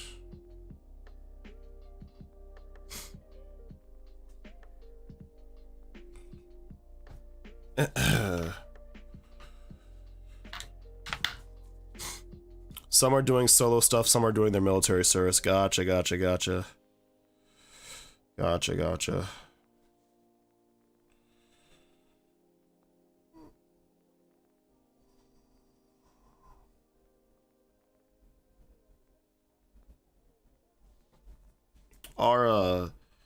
Are Big Bang back yet? Like, or are they back? Have they already come back? Like, I remember we talked a while back about, like, them coming back or something. I just don't remember, like, if they've already done that or not. I guess.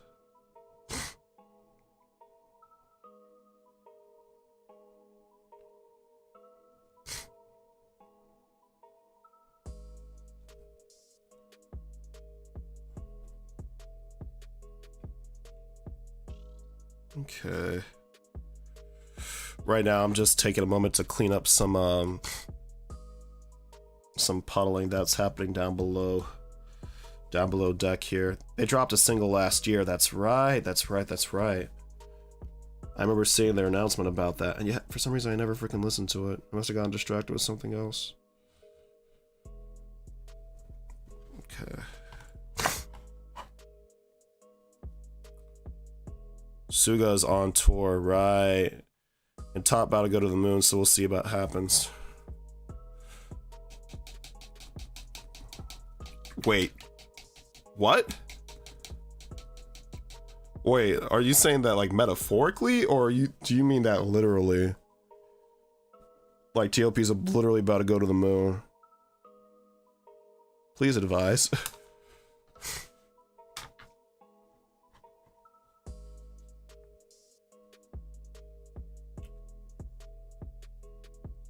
Yeah. G-Dragon is supposed to have a comeback this year, allegedly. Interesting.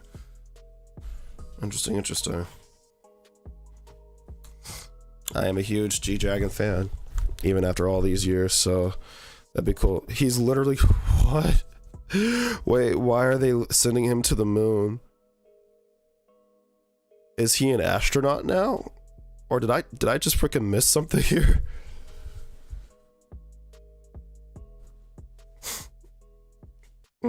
Oh, for a SpaceX thing. I see. I see. Fascinating. Well, I hope they deliver that boy back safely. Like I really, really do. Like I really, really, really, really, really, really do. Oh boy. He's in training. Wow. Good for him.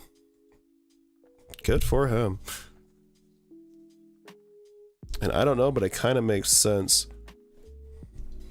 I will take your word for it. Oh my gosh.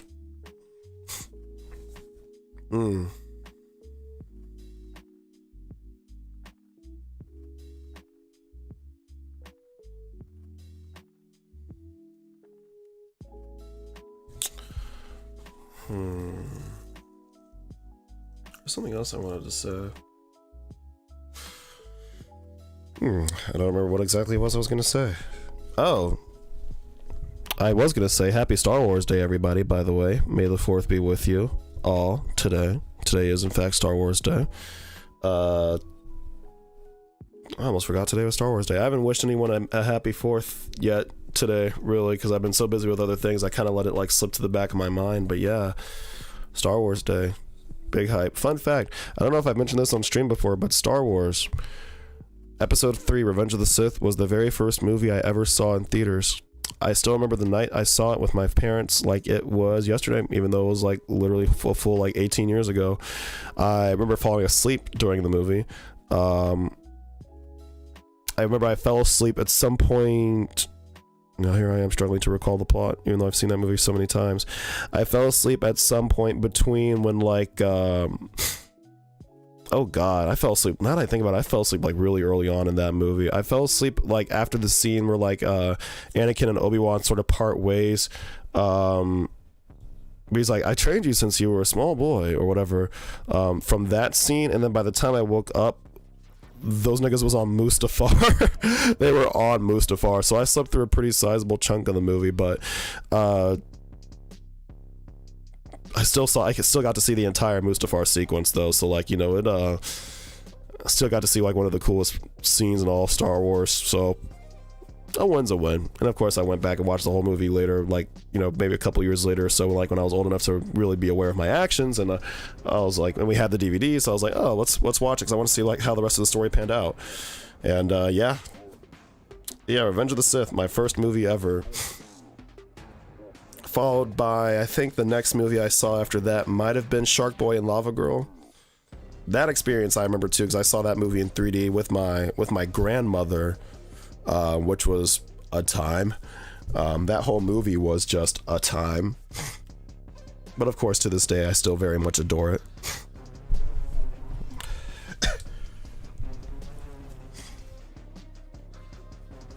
I was a big fan of all those like Racer Max movies, like the Spy Kids, the OG Spy Kids trilogy, and Shark Boy and Lava Girl. Those are some of my favorite things growing up. Especially Spy Kids 2. I freaking love Spy Kids 2. I always wanted one of their like submarines. Nikki G says Nightmare Before Christmas was my first movie too. Fell asleep in it too. Nice. Nightmare Before Christmas, that's a great one. I'd say that is my second favorite Tim Burton movie behind Corpse Bride. Corpse Bride is my number one fave out of his body of work. What a great first movie though. Dang, that's a good choice. That's a great choice. Anyone else remember what their first movie happened to be, out of curiosity? I'd be very curious to know what y'all's first movie, what everyone's first movies were. If you can remember. I'm surprised I even remember still that mine was Revenge of the Sith, but I guess what made it easy for me was the fact that Star Wars has been such a big part of my life ever since, so it's like never really had the opportunity to forget, if we're being real. Bottom's ready for stippling now. Not stippling, for sponging now, so I'm just gonna do that.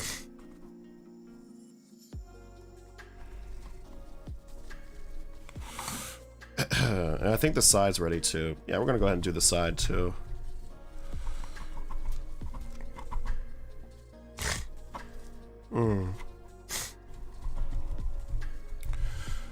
I guess while we have a bit of a lull here, I'm gonna go ahead and mention too, or remind y'all to please don't forget to leave a like if you like what you saw here tonight. Really helps out the channel, of course, with the old algorithm and stuff. And of course, if you're new here and you haven't subscribed, don't forget to subscribe as well, please. Don't forget to smash that notification bell too. That way you know exactly when I go live every Thursday night at 7 p.m. Eastern Time, right here on youtube.com/@ChimeraGames. If you want to follow me on my socials, all my socials are linked in the description of the stream. My Twitter, my Instagram, and my TikTok. Of those three, I'm very active on my TikTok nowadays because I really enjoy making TikToks. I've kind of finally caught up with the rest of the world and finally got bit by the TikTok bug. And I'm also on my Instagram a fair bit too. Twitter I mainly only use for like reminding people about stream and stuff, but I occasionally post on there too. If you want to look at the rest of the models I've painted since before I started streaming, and also like the first project that we completed on stream together, all that can be found on my Instagram page. So yeah, check all that out if y'all are interested. And with that plug out of the way, I think we are ready for one more layer of, excuse me, ready for one more layer of palette bone on this end. And then we just got to do the back side and the left side. And we will be done with the base coating.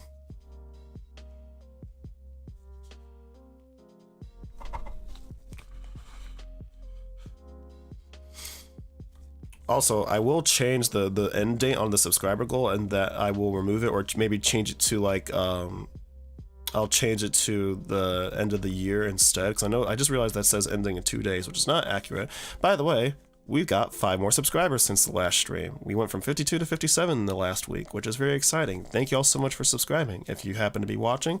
Unfortunately, I wish I could like shout y'all out or something, but YouTube is so weird because you can only see, with Stream Elements YouTube, you can only see people pop up and like your activity feed if their subscription list is made publicly viewable. So if not, I can't like shout people out, which stinks. I hate doing that, but I can see like the 2 most recent ones. I see one from a few days ago, Miles Away Games. If you're watching, thank you so much for subscribing. And Ryan, I see you. Oh, Ryan, you subscribed about an hour ago, just before we started streaming. So thank you so much for your subscription as well. Appreciate you. Sorry it took so long for me to shout y'all out. I don't usually shout people out, but maybe I'll start making more of a habit of doing so, because of course I want to express my appreciation to you all for watching my stream. For taking time out of your busy schedules to do exactly that.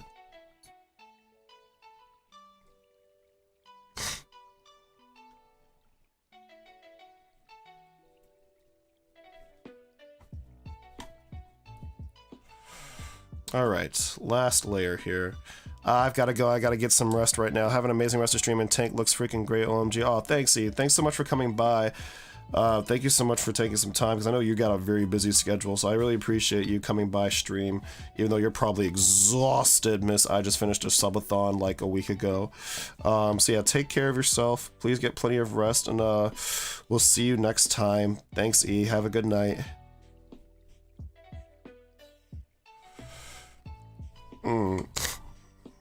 Yeah, this is looking great so far.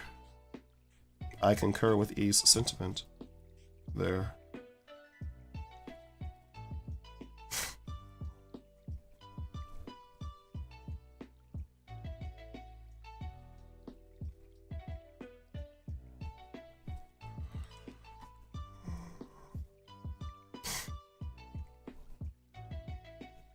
Nice.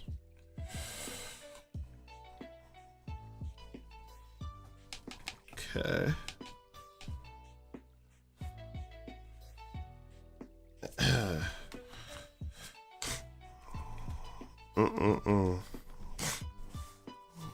So after we do this layer on this side, After we sponge this layer on this side, we'll move to the right side. Or the left side, rather, and do that side.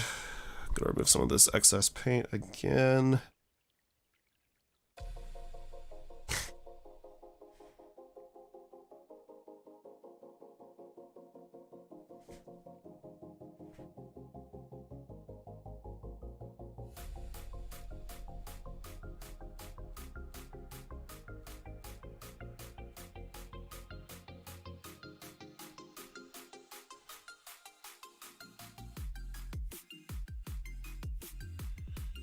Let's see. Nice.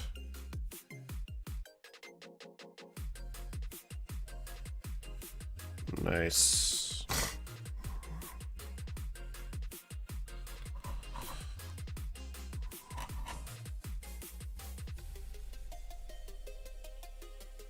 We add a little bit more paint to that part right there. It was looking a little naked before. Let's see. Yeah, that was looking a little naked before, so we're gonna just, yeah, there we go. Move some of that paint around, redistribute the wealth here. That's what I was saying before. Oh, and by the way, these little statuettes right here, in case it wasn't obvious, these are what I was talking about before, that I want to turn into like a bit of a oxidized copper look. That's what these are going to be right here. Maybe these burners too on the side are going to get the same treatment, and then also the main gun barrels here, the main turret barrels here. Gonna do it with that too. So yeah, we'll see how that goes.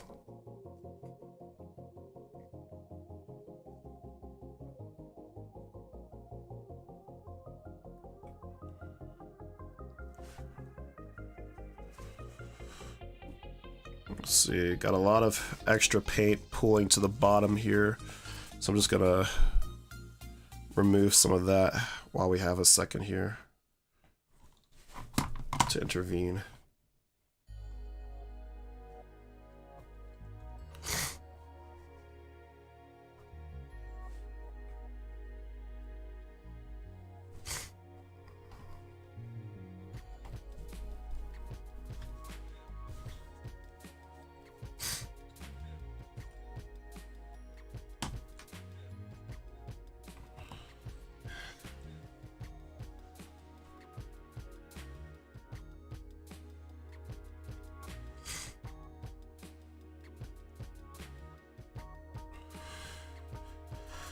Okay.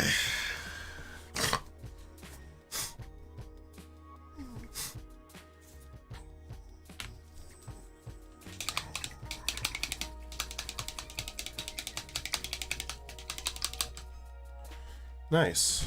This is looking nice and properly filthy right now. I'm a big fan.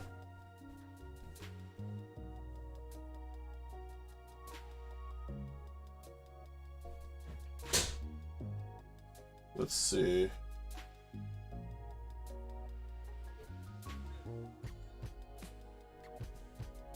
Whew. Okay, so I just saw a notification on my phone. Apparently Zelda Tears of the Kingdom was leaked 8 days early. Or 8 days early? Yeah, because it comes out on the 12th, right? Yeah, it was leaked 8 days early. Or, hold on, what did it say? Yeah, no, the game doesn't come out until the 12th. Yeah, it was released 8 days early. It doesn't come out till next Friday. Raggy. I was just looking on like my phone because I was just checking what time it was, and I saw a notification like yikes. So like people are like putting out a warning to streamers like do not stream this game early if you have it, because Nintendo are apparently clamping down on people who manage to get leaked copies of the game. Hey boy. Also, I mean, I don't know about y'all, but I don't want Tears of the Kingdom spoiled for me. I'm so excited to play that game. I loved Breath of the Wild so much. It's like one of my top 3 favorite games of all time. So you best believe that I'm going to be all over Tears of the Kingdom when that comes out, if I have the time to play it. I don't know. My birthday's at the end of the month. My birthday's on the 29th of this month, so maybe I'll eventually pick that up as a nice little birthday treat for myself. We shall see. We shall see. Yeah, Nintendo really does not mess around. They really don't mess around. Like they like, look, forget about that. You know, when it comes to like copyright stuff, like they're already so brutal with that sort of thing, let alone a whole game getting leaked early, you know? Whew. Man, oh man. I'm just degloving here real quick, so I'm going to take another hydration break since we've got another hour into the stream. Hey, Maybe Bees Rise Up. That's what I'm talking about. Nikki, I didn't know you were born in May too. That's sick. I mean, not that I would have any reason to know that, but you know what I mean. That's cool. When's your birthday, Nikki?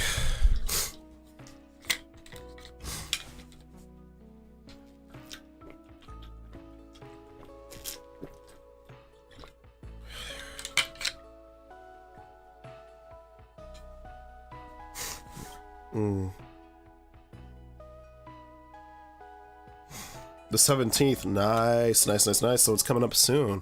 Terrific. Yeah, I'm happy that my birthday has once again fallen on Memorial Day this year, because that means I get a day off work. So hopefully that means I'll be able to just chillax for a little bit. We just ended a very busy time for us at work.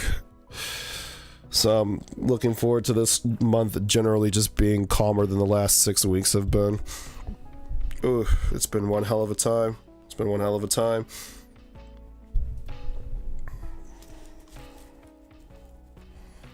Luckily, I had a great team working with me to help me get through it, because otherwise could have been a much, much, much worse turnout. For sure. Okay. Let's get these gloves back on and get back to work here.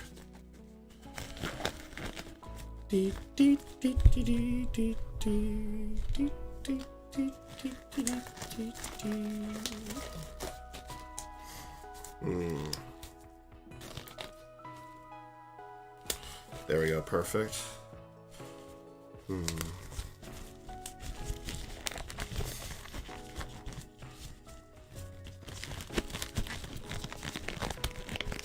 Let's see, the 17th. 17th, that's 2 weeks from yesterday. Nice, okay. Gosh, how is it already May, y'all? How is it already May? That makes no sense to me. Somebody make it make sense, bro. Someone make it make sense. I feel like January was literally just here. I feel like it was just January. And now you mean to tell me that it's already May? That the summer is like literally right on our doorstep? Maybe it's because of how weird the weather has been. Maybe that's why I feel like it shouldn't be May yet. Because I feel like we didn't even really get like a proper like January or February for that matter. I don't know. I don't know what it is.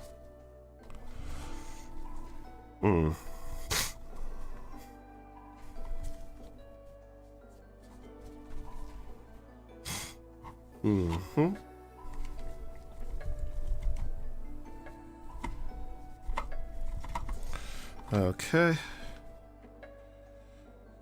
Okay. Nice. Alright. I am willing to call this left side done for now, or this right side done for now. So let's go ahead and get started on this, this left side here.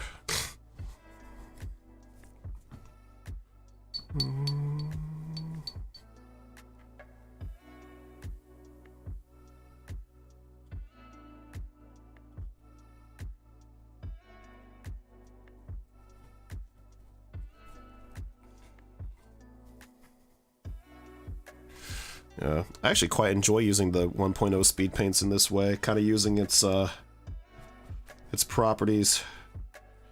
I've never used its properties to my advantage in this particular way before. Like I mentioned before, I usually only like rely on the reactivation quality for the purposes of like correcting my mistakes, maybe doing a little bit of wet blending here and there, but nothing really beyond that. But this is actually quite cool that this is another possibility with these paints.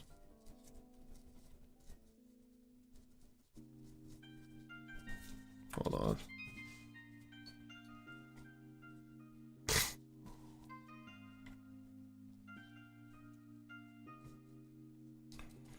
Excellent. Hold on. Got a humongous pool of paint in this corner right here. Because some of the black that we applied earlier to the inside has indeed reactivated, but that's okay. Just gonna get my paper towel in here, and then we're just gonna lift that up. Just gonna lift that up nice and gently.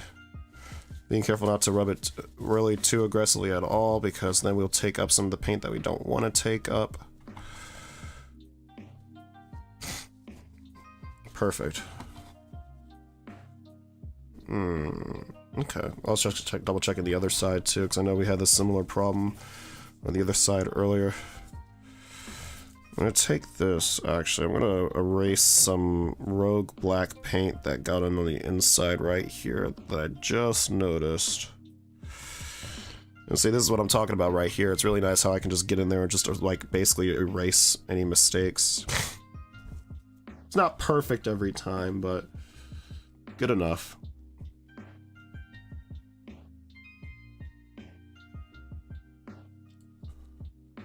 Good enough.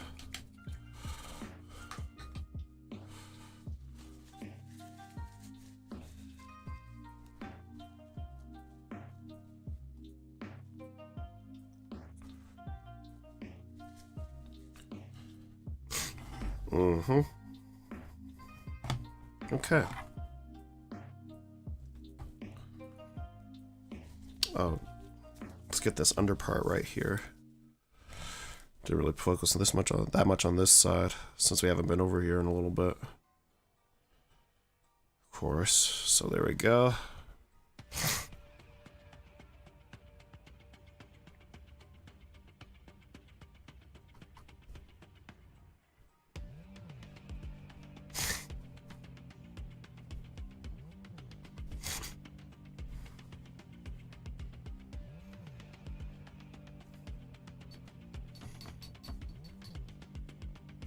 I think I'll do one more layer on the bottom too.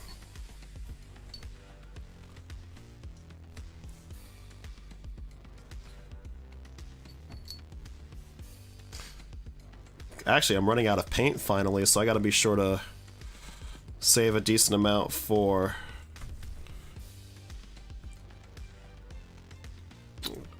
the side too that we're on right now. So yeah, turn that down a little bit. There we go. Okay.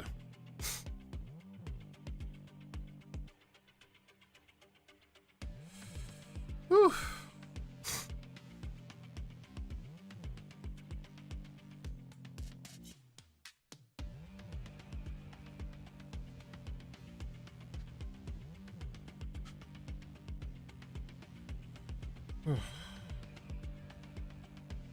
Nice. Alright, just gonna soak up a little bit of this excess right here. Just don't really need it right there at all.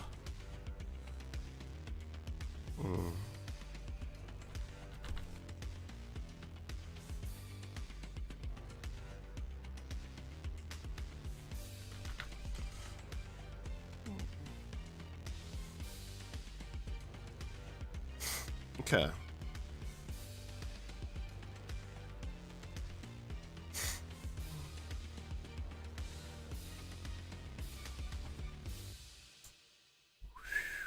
Okay.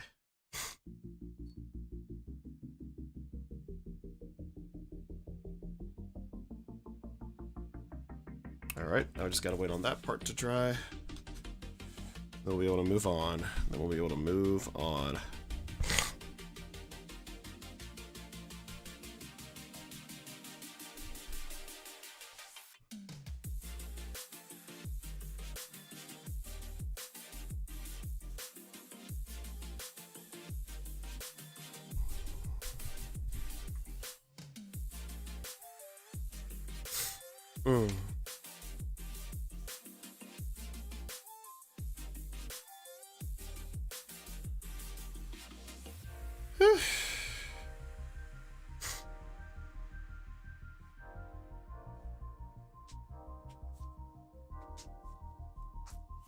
Whew.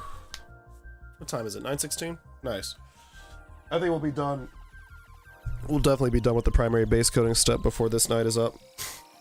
Just gonna give that a couple more minutes to dry.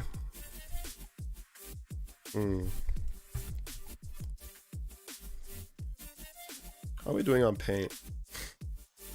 Doing pretty good on paint.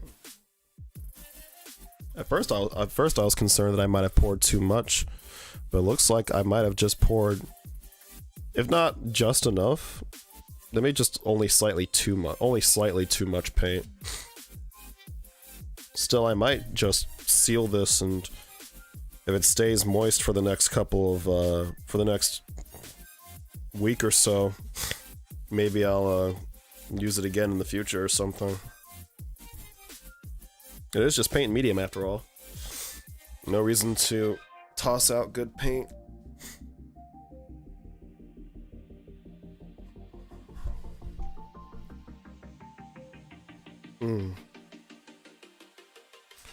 So let's see, looking ahead here, I know I want these, I think I want these turrets to be copper. Let me turn this so you all can see what I'm seeing real quick. Yeah, so I think looking ahead, I definitely want these to be copper, and then one of my sort of like signature things with my, hey, Ultralord, what's good, bro? Welcome in, welcome in. We are making a old beat down paint job for our Castigator here. Still kind of in the early phases, still laying down the base coat. Right now I'm just waiting on this side to dry so I can, I'm waiting on this side right here to dry so I can take my sponge to it. Get that nice gritty texture you see elsewhere across the model. How are you, man? How's your day been? Yeah, I was saying before, one of my signature things with my sisters is I like doing blue flames with them wherever there's like fire present, and you got like the sort of burning coals right here, the sort of simmering coals inside of these like torches. So I might do like black coals with like blue sort of emberish glow around them too. So we'll see how that goes when we get to that point. But that's a ways off because we got to do a bunch of base coating around all that before we get to that part. But that's kind of where I'm thinking of going with this. I'm alright, I guess. Last 2 days have been kind of rough. Oh man, I'm sorry to hear that, bro. I hope they haven't been too rough on you.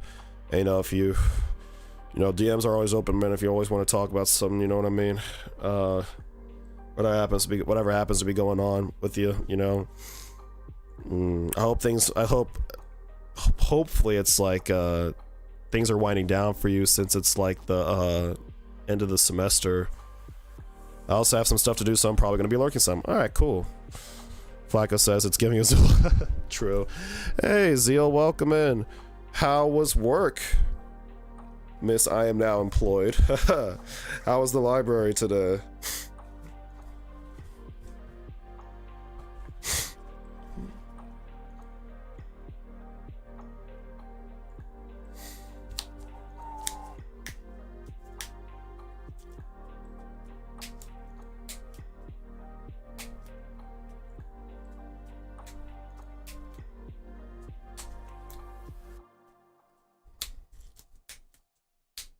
Work was good, pretty chill, nice, nice.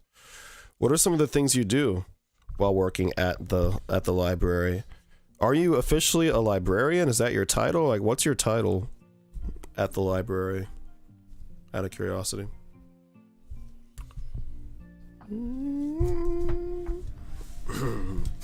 Okay, I think this side.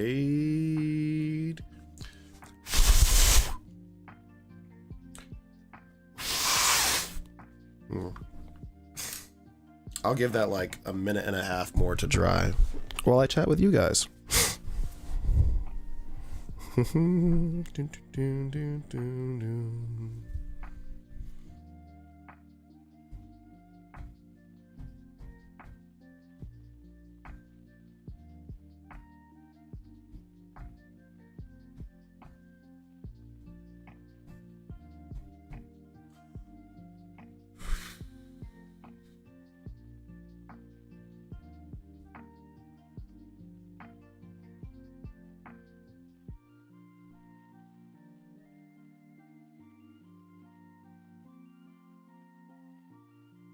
You're not a librarian. Librarians have masters in library science. Oh wow, I did not know that. I'm a library assistant. I help patrons find books, give recommendations, and plan programs, etc. Oh, that's cool. What type of programs do y'all plan?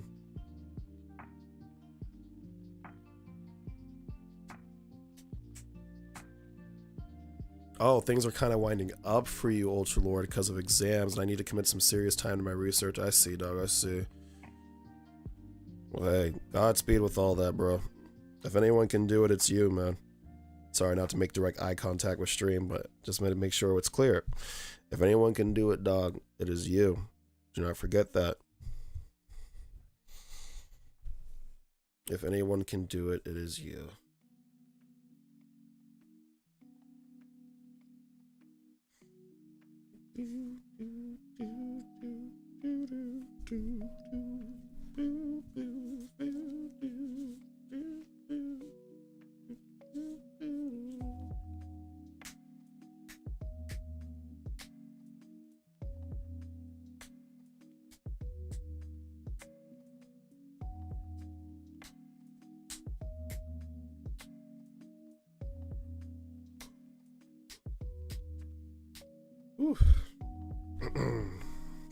Okay. That should have had plenty of time to dry. So now we sponge. There's a variety we have. Everything from children's story times, Pokemon Club, craft clubs, English Sign Language classes, pro bono lawyers. Hey! That's a great suite of services that y'all provide.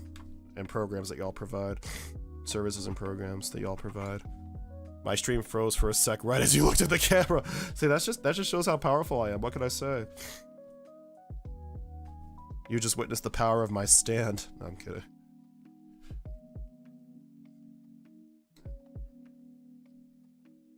I need to get back to watching the next part of the Stone Ocean anime, speaking of JoJo's Bizarre Adventures. Only thing is, I'm waiting on a friend of mine. Me and him were gonna meet up to watch that together. We've just been both hella busy lately.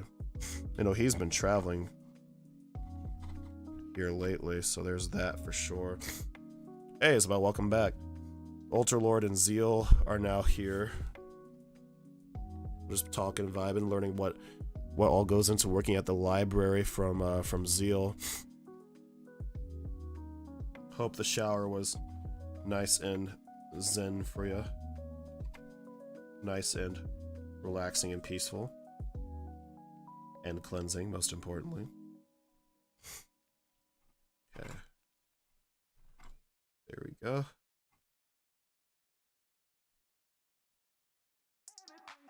Let's see. Buffing out some of these parts where it just kind of looks like paint pooled down into it. Not like it's actually like what we're going for.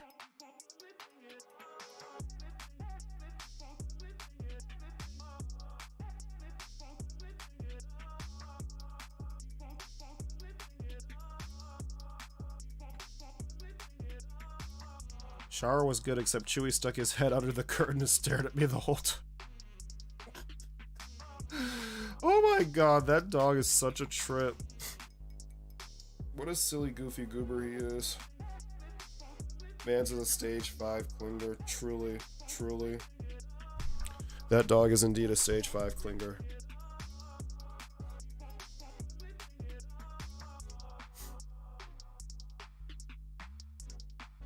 Okay. I just realized they turned the heat on in the building. Why did they do that?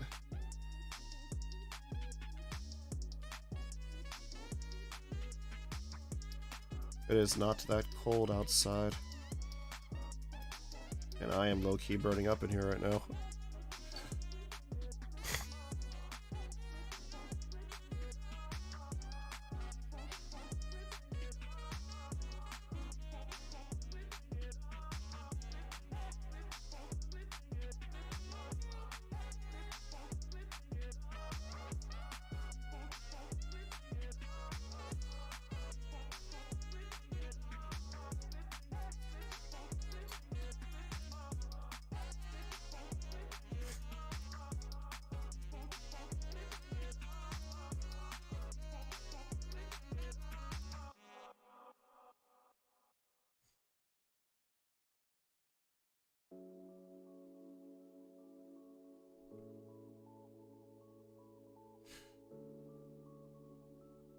that in there.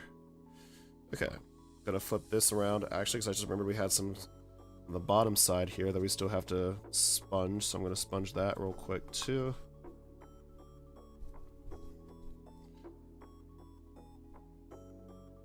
Nice.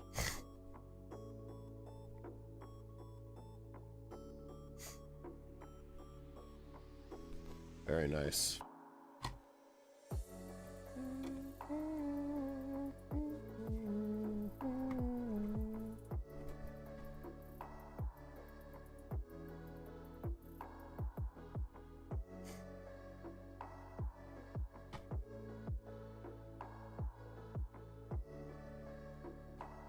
Alright, so let's wick away some of this excess here. What time is it? 9:27. Perfect. We are almost at the end of time. We are almost at the end of time here. And we have made great progress tonight, too.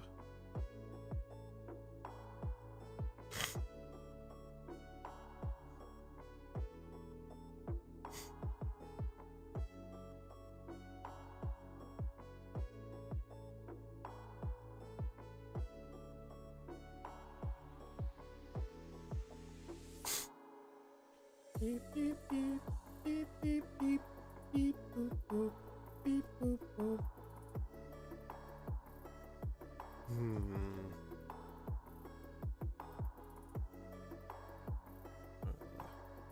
Zila, I especially love how you guys have like a Pokemon club, because that reminds me actually of how, like, when I was a kid, I used to go to the library to play Yu-Gi-Oh with my friends. Actually, we had a Yu-Gi-Oh club at my local library growing up. That's how I kind of got into it, actually, for a few years. That was really fun. We had like a whole like leaderboard system and everything. The closest I ever got to the top was second place, because there's this one guy I could not beat because he had all the Egyptian god cards, and like none of our decks were like, you know, actual like competitive meta level like Yu-Gi-Oh. It was just like casual decks, you know, kitchen table Yu-Gi-Oh type shit. But it was really fun though. Definitely loved going to the libraries in the summers and playing with all my friends. Some good old Yu-Gi-Oh, as Alpha Investments would say.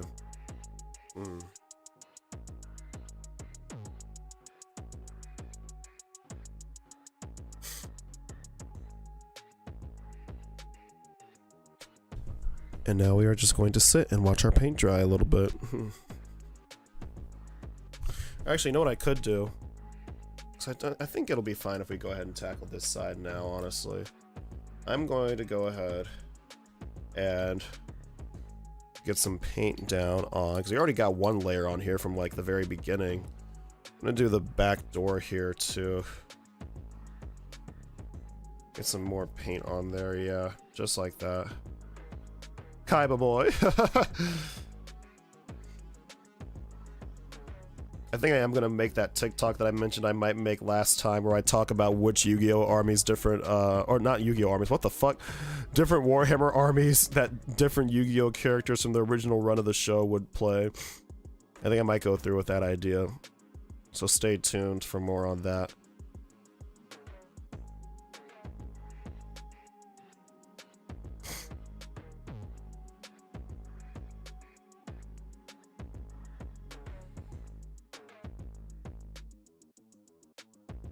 Mommy don't know daddy's getting out at the body shop, doing something unholy. My coworker who runs it was telling me it's been a huge hit. Yeah, I bet. Pokemon is like, the Pokemon TCG with like younger Gen Z / Gen Alpha is like huge. I'm like, dang, what the heck happened? Like, I'm really interested. I mean, not that the Pokemon TCG has never not been like huge, right? But like at the same time, I feel like it's bigger than it ever has. But I mean, shoot, I mean, at least a couple of years ago, I think this still happens from time to time, because I was talking to my mom the other day. She was shopping for a birthday gift for a family friend, for a family friend's kid, and he wanted some Pokemon cards, and she went to the Target near our house back home in Virginia, and she said she couldn't see them on the shelves. They had taken them down. And like, I remember like starting back a few years ago, they started a lot of the Targets in my area back home in Virginia, started taking all the Pokemon product off the shelves because people were literally fighting over it. All it took was one incident at the Target like 20 minutes away from my house for like all the area's Targets to be like, yeah, no, we're pulling all the Pokemon product off of the shelves. Because apparently it was just like that hot back in the day. And I guess from time to time they still like will periodically take it off the shelves for whatever reason. I used to love me some trading cards though. I used to love me some trading cards, real talk. I used to be all about that cardboard life. I'm glad I'm not anymore. Because that was definitely something that like, I loved like playing games against people. I just like, it just wasn't sustainable for me, collection wise, especially when it came to like building the decks I wanted. Because even if I bought singles, that just got, ironically enough, at the time at least, the hobby was just too expensive for me. And now look at me, now I play fucking Warhammer 40k. The irony, the fucking irony in that statement is immense. It is almost insurmountable. Trading cards are like crack, exactly. But now I'm addicted to a new type of crack. This one right here.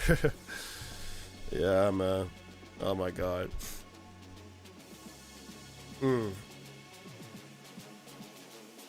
Yeah. I remember like the day I found out that like employees at places like Walmart and Target will like, especially Walmart, will like literally take cards out of packs that they like and then just reseal them or like rebundle them into like these like, oh, like value booster packs, or it's like 30 randomized cards from like a bunch of different like recent sets. Like, you mean the cards that you just didn't want from the booster packs that you fucking opened, you fucking horrible people.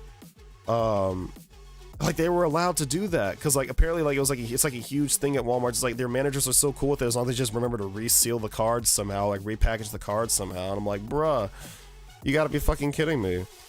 Literally taking all the value of those booster packs out of them and just like leaving people with literally scraps. Literally leaving people with scraps. I'll never forget when I was still into Magic the Gathering a few years ago. I bought a pack of, what was it? It was like Modern Masters, or it might have been, maybe it wasn't Modern Masters. It was probably like Throne of Eldraine or something like that. No, it was Iconic Masters. It was Iconic Masters. And I remember I cracked open a Kiki-Jiki Mirror Breaker, which the pack, I think I got that pack for like $7. And at the time, Kiki-Jiki Mirror Breaker was worth like $65. And I was like, damn, that's nice. Let's see. 40k is expensive, but at least your models don't really ever go bad. Cards will become unusable. They'll get banned or something of it. Yeah, exactly. That's what I tell people too when they ask me about like what maybe like want to pivot from like trading cards to Warhammer or just like to miniature wargaming in general. Because like once you paint your models, no matter what game system we're talking about here, you keep them for basically life because they're made of plastic. They're never gonna like, you know, they're not gonna disintegrate on you or anything like that. And they'll always be usable in some form or fashion. Which, you know, like, games like Magic the Gathering, they have, like, formats where you can use older cards, like Modern, Historic, Pioneer, Vintage, things like that, sure, but, like, certain older cards across formats aren't going to have like this, they're not going to have the same power level across formats. Like, you know, a card that's good in Historic or that's good in like Modern or that's good in Pioneer, wait, sorry, let me rephrase that. A card that's good in, say, Pioneer isn't necessarily guaranteed to be good in Modern or good in Vintage, or especially not Vintage when the card pool is so big in Magic the Gathering when you're talking Vintage. So you're not guaranteed to get the same mileage out of the card, even if you do go to other formats where older cards that aren't in standard rotation are allowed, right? That's the thing I sort of appreciate about Warhammer 40k is that my game pieces, my models, are basically good for as long as I say they're good for, which as far as I'm concerned is freaking forever, you know? So that's really nice. Really helps to put things into perspective. Especially because these freaking price hikes, man. But I digress. It's time to get to sponging yet again. I think this is our third layer on this side, I want to say. Perhaps. It looks like it could be the second layer, but I'm pretty sure it's the third layer. because even though it doesn't look like there's a lot of paint on here, I know there is. It's just that because it's the side of the model, it's not really clinging to the sides as well as it like would cling to like the top or whatever, because gravity is gravity. But that's okay though. That is okay. Get the back too, since we went ahead and hit that. In roughly the same time frame, so it should be just about as ready for this step 2.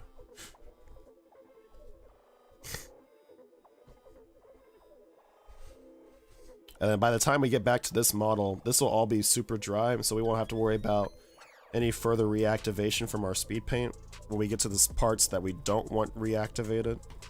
So that'll be good. Or when we get to the part of the process where we don't want stuff to reactivate, I mean, you know. So that'll be good. That'll be really good.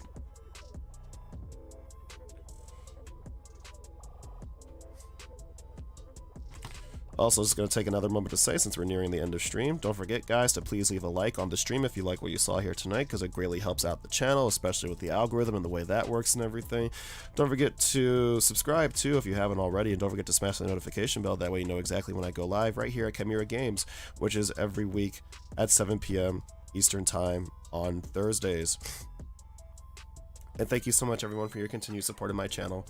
As you can see, according to our subscriber goal, we are at 57 subscribers, so we are a little over halfway to our first of the subscriber goals, which will be a mystery game, a mystery video game stream at some point in the future if we hit 100 subscribers as the first threshold of our 1,000 subscriber goal by the end of the year. I will change the countdown timer there because I acknowledge that it is wrong because I forgot to change it before the stream. But yeah, so help us out with that, guys. That'd be greatly appreciated. Thank you so much. Oh, bonked my light. 57 subs, let's go. Yes, sir. 5 more than last week, which is fantastic.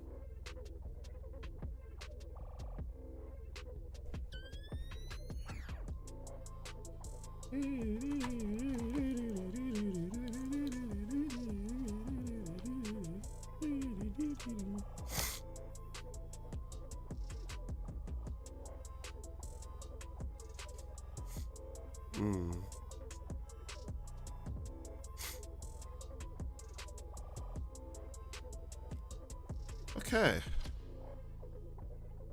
All right. I think barring a little bit of cleanup here and there, which will come at a later step actually, this is looking pretty good so far, I'd say. I think we got a nice little patina going on this model. Let me just get in there real quick and clean up a little bit more excess paint. I think we'll be ready to call this a stream soon.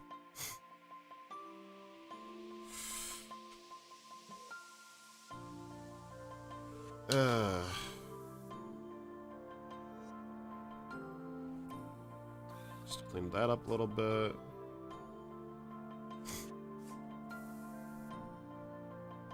Perfect.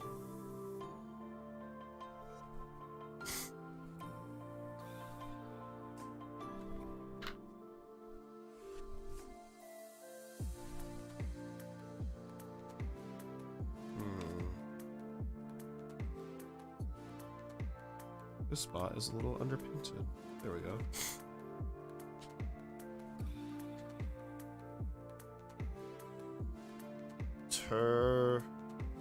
Terrific.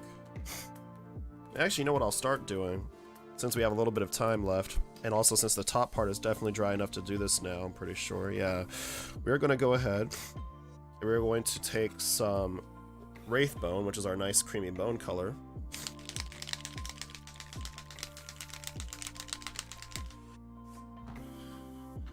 Going to pour it out into a new well on my palette.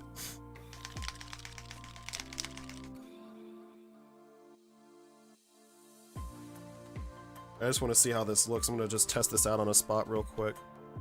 And basically what the idea here is, we are going to take our Wraith Bone here to get the spot in question. in view here. I'm going to take the Wraithbone here, and we're going to take the parts where it looks like paint has like torn off the model, like right here, for example. We're going to highlight the bottom edges of such patches as these to make it look like layers of paint are sort of revealing themselves underneath what is visible, what is most easily visible. Ooh, I have not used this Wraithbone in a long time, and it shows. So here, I'll demonstrate what I mean right now. Well, this will give us an opportunity to test whether or not this will work going forward. So I'm just going to take this, I'm just going to very gently just trace that outline, and yeah, that's starting to look pretty good, actually. I'm going to roll this out a little bit more, make my point a little bit more precise. This actually might be where I bring in the good brushes as I continue to work on this model. Might bring the good brushes back into the fold. I went back to using my old brushes for this stream because I didn't want to potentially mess up my nice brushes with how relatively aggressive we are painting compared to previous projects. Hey, I am so stoked for this project, guys. You don't even know.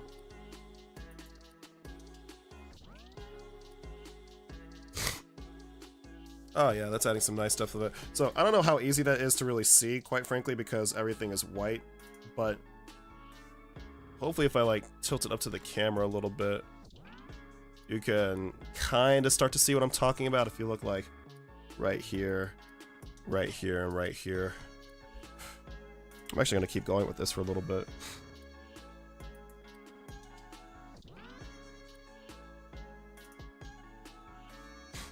Let's see. It's right there. Uh-oh.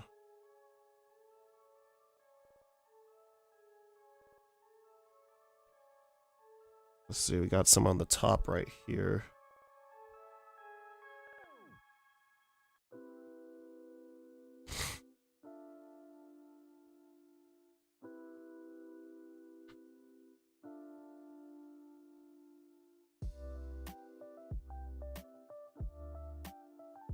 And this Wraithbone is actually what we're also going to be applying as a dry brush all over the model too, once everything is dry enough for that.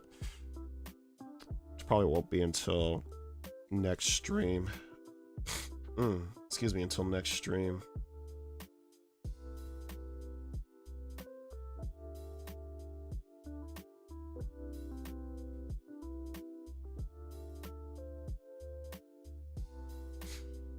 Yeah. Okay.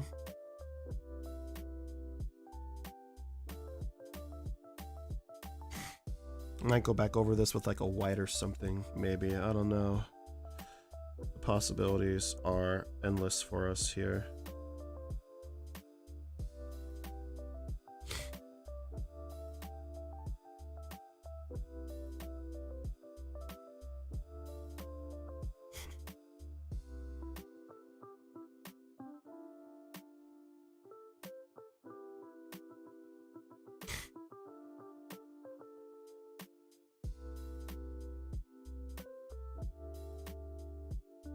It's all in the details.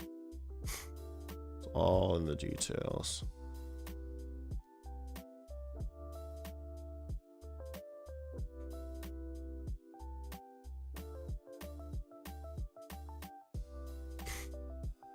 Nice. All right. Cool. I noticed that a part of our treads actually broke off just a minute ago.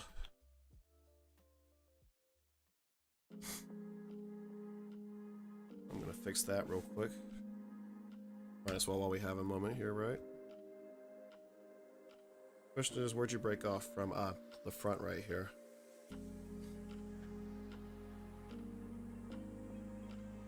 Okay, let me just get my... It's too late for the plastic glue, I think. We gotta use super glue instead. Good thing I already got my gloves on for this.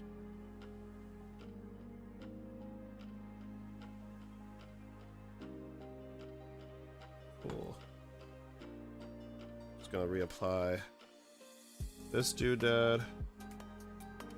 Right, I believe this goes 2 prongs up, yeah. Just like that.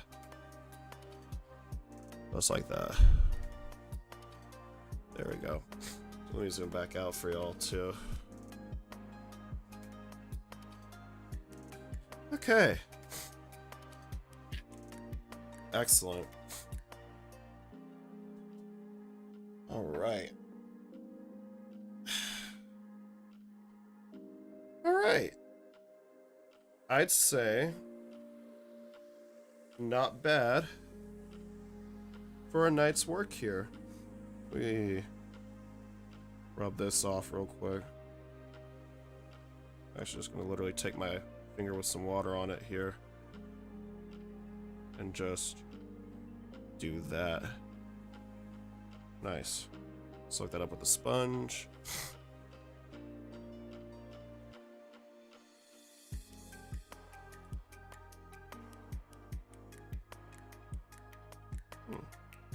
What if I just... then I just...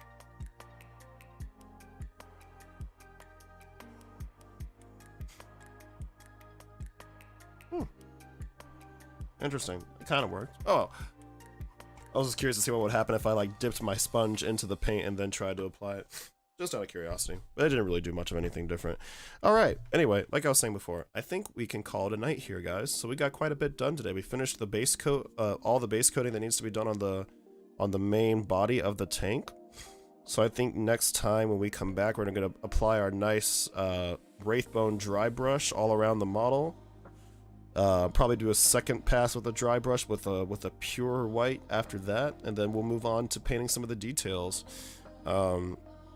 And just moving forward with bringing this model to life. So let me switch back to the Just Me cam. Thanks, babe. I appreciate that. I hope everyone had a fun time with the stream. I had fun painting that. I think this is going to turn out to be a really epic project. I appreciate y'all being here for yet another painting journey here on Chimera Games. Just to go back to some things I mentioned earlier for those of you who weren't here right at the top of stream, like I said, next week there will not be a stream, unfortunately. Yet again, I apologize for that, but I do have to move. I will be moving at some point here in the near future, likely starting at the end of next week, so I'm going to use that time to prepare, pack, and do what I need to do and stuff for that. Thank you all so much for supporting my stream. I really appreciate it.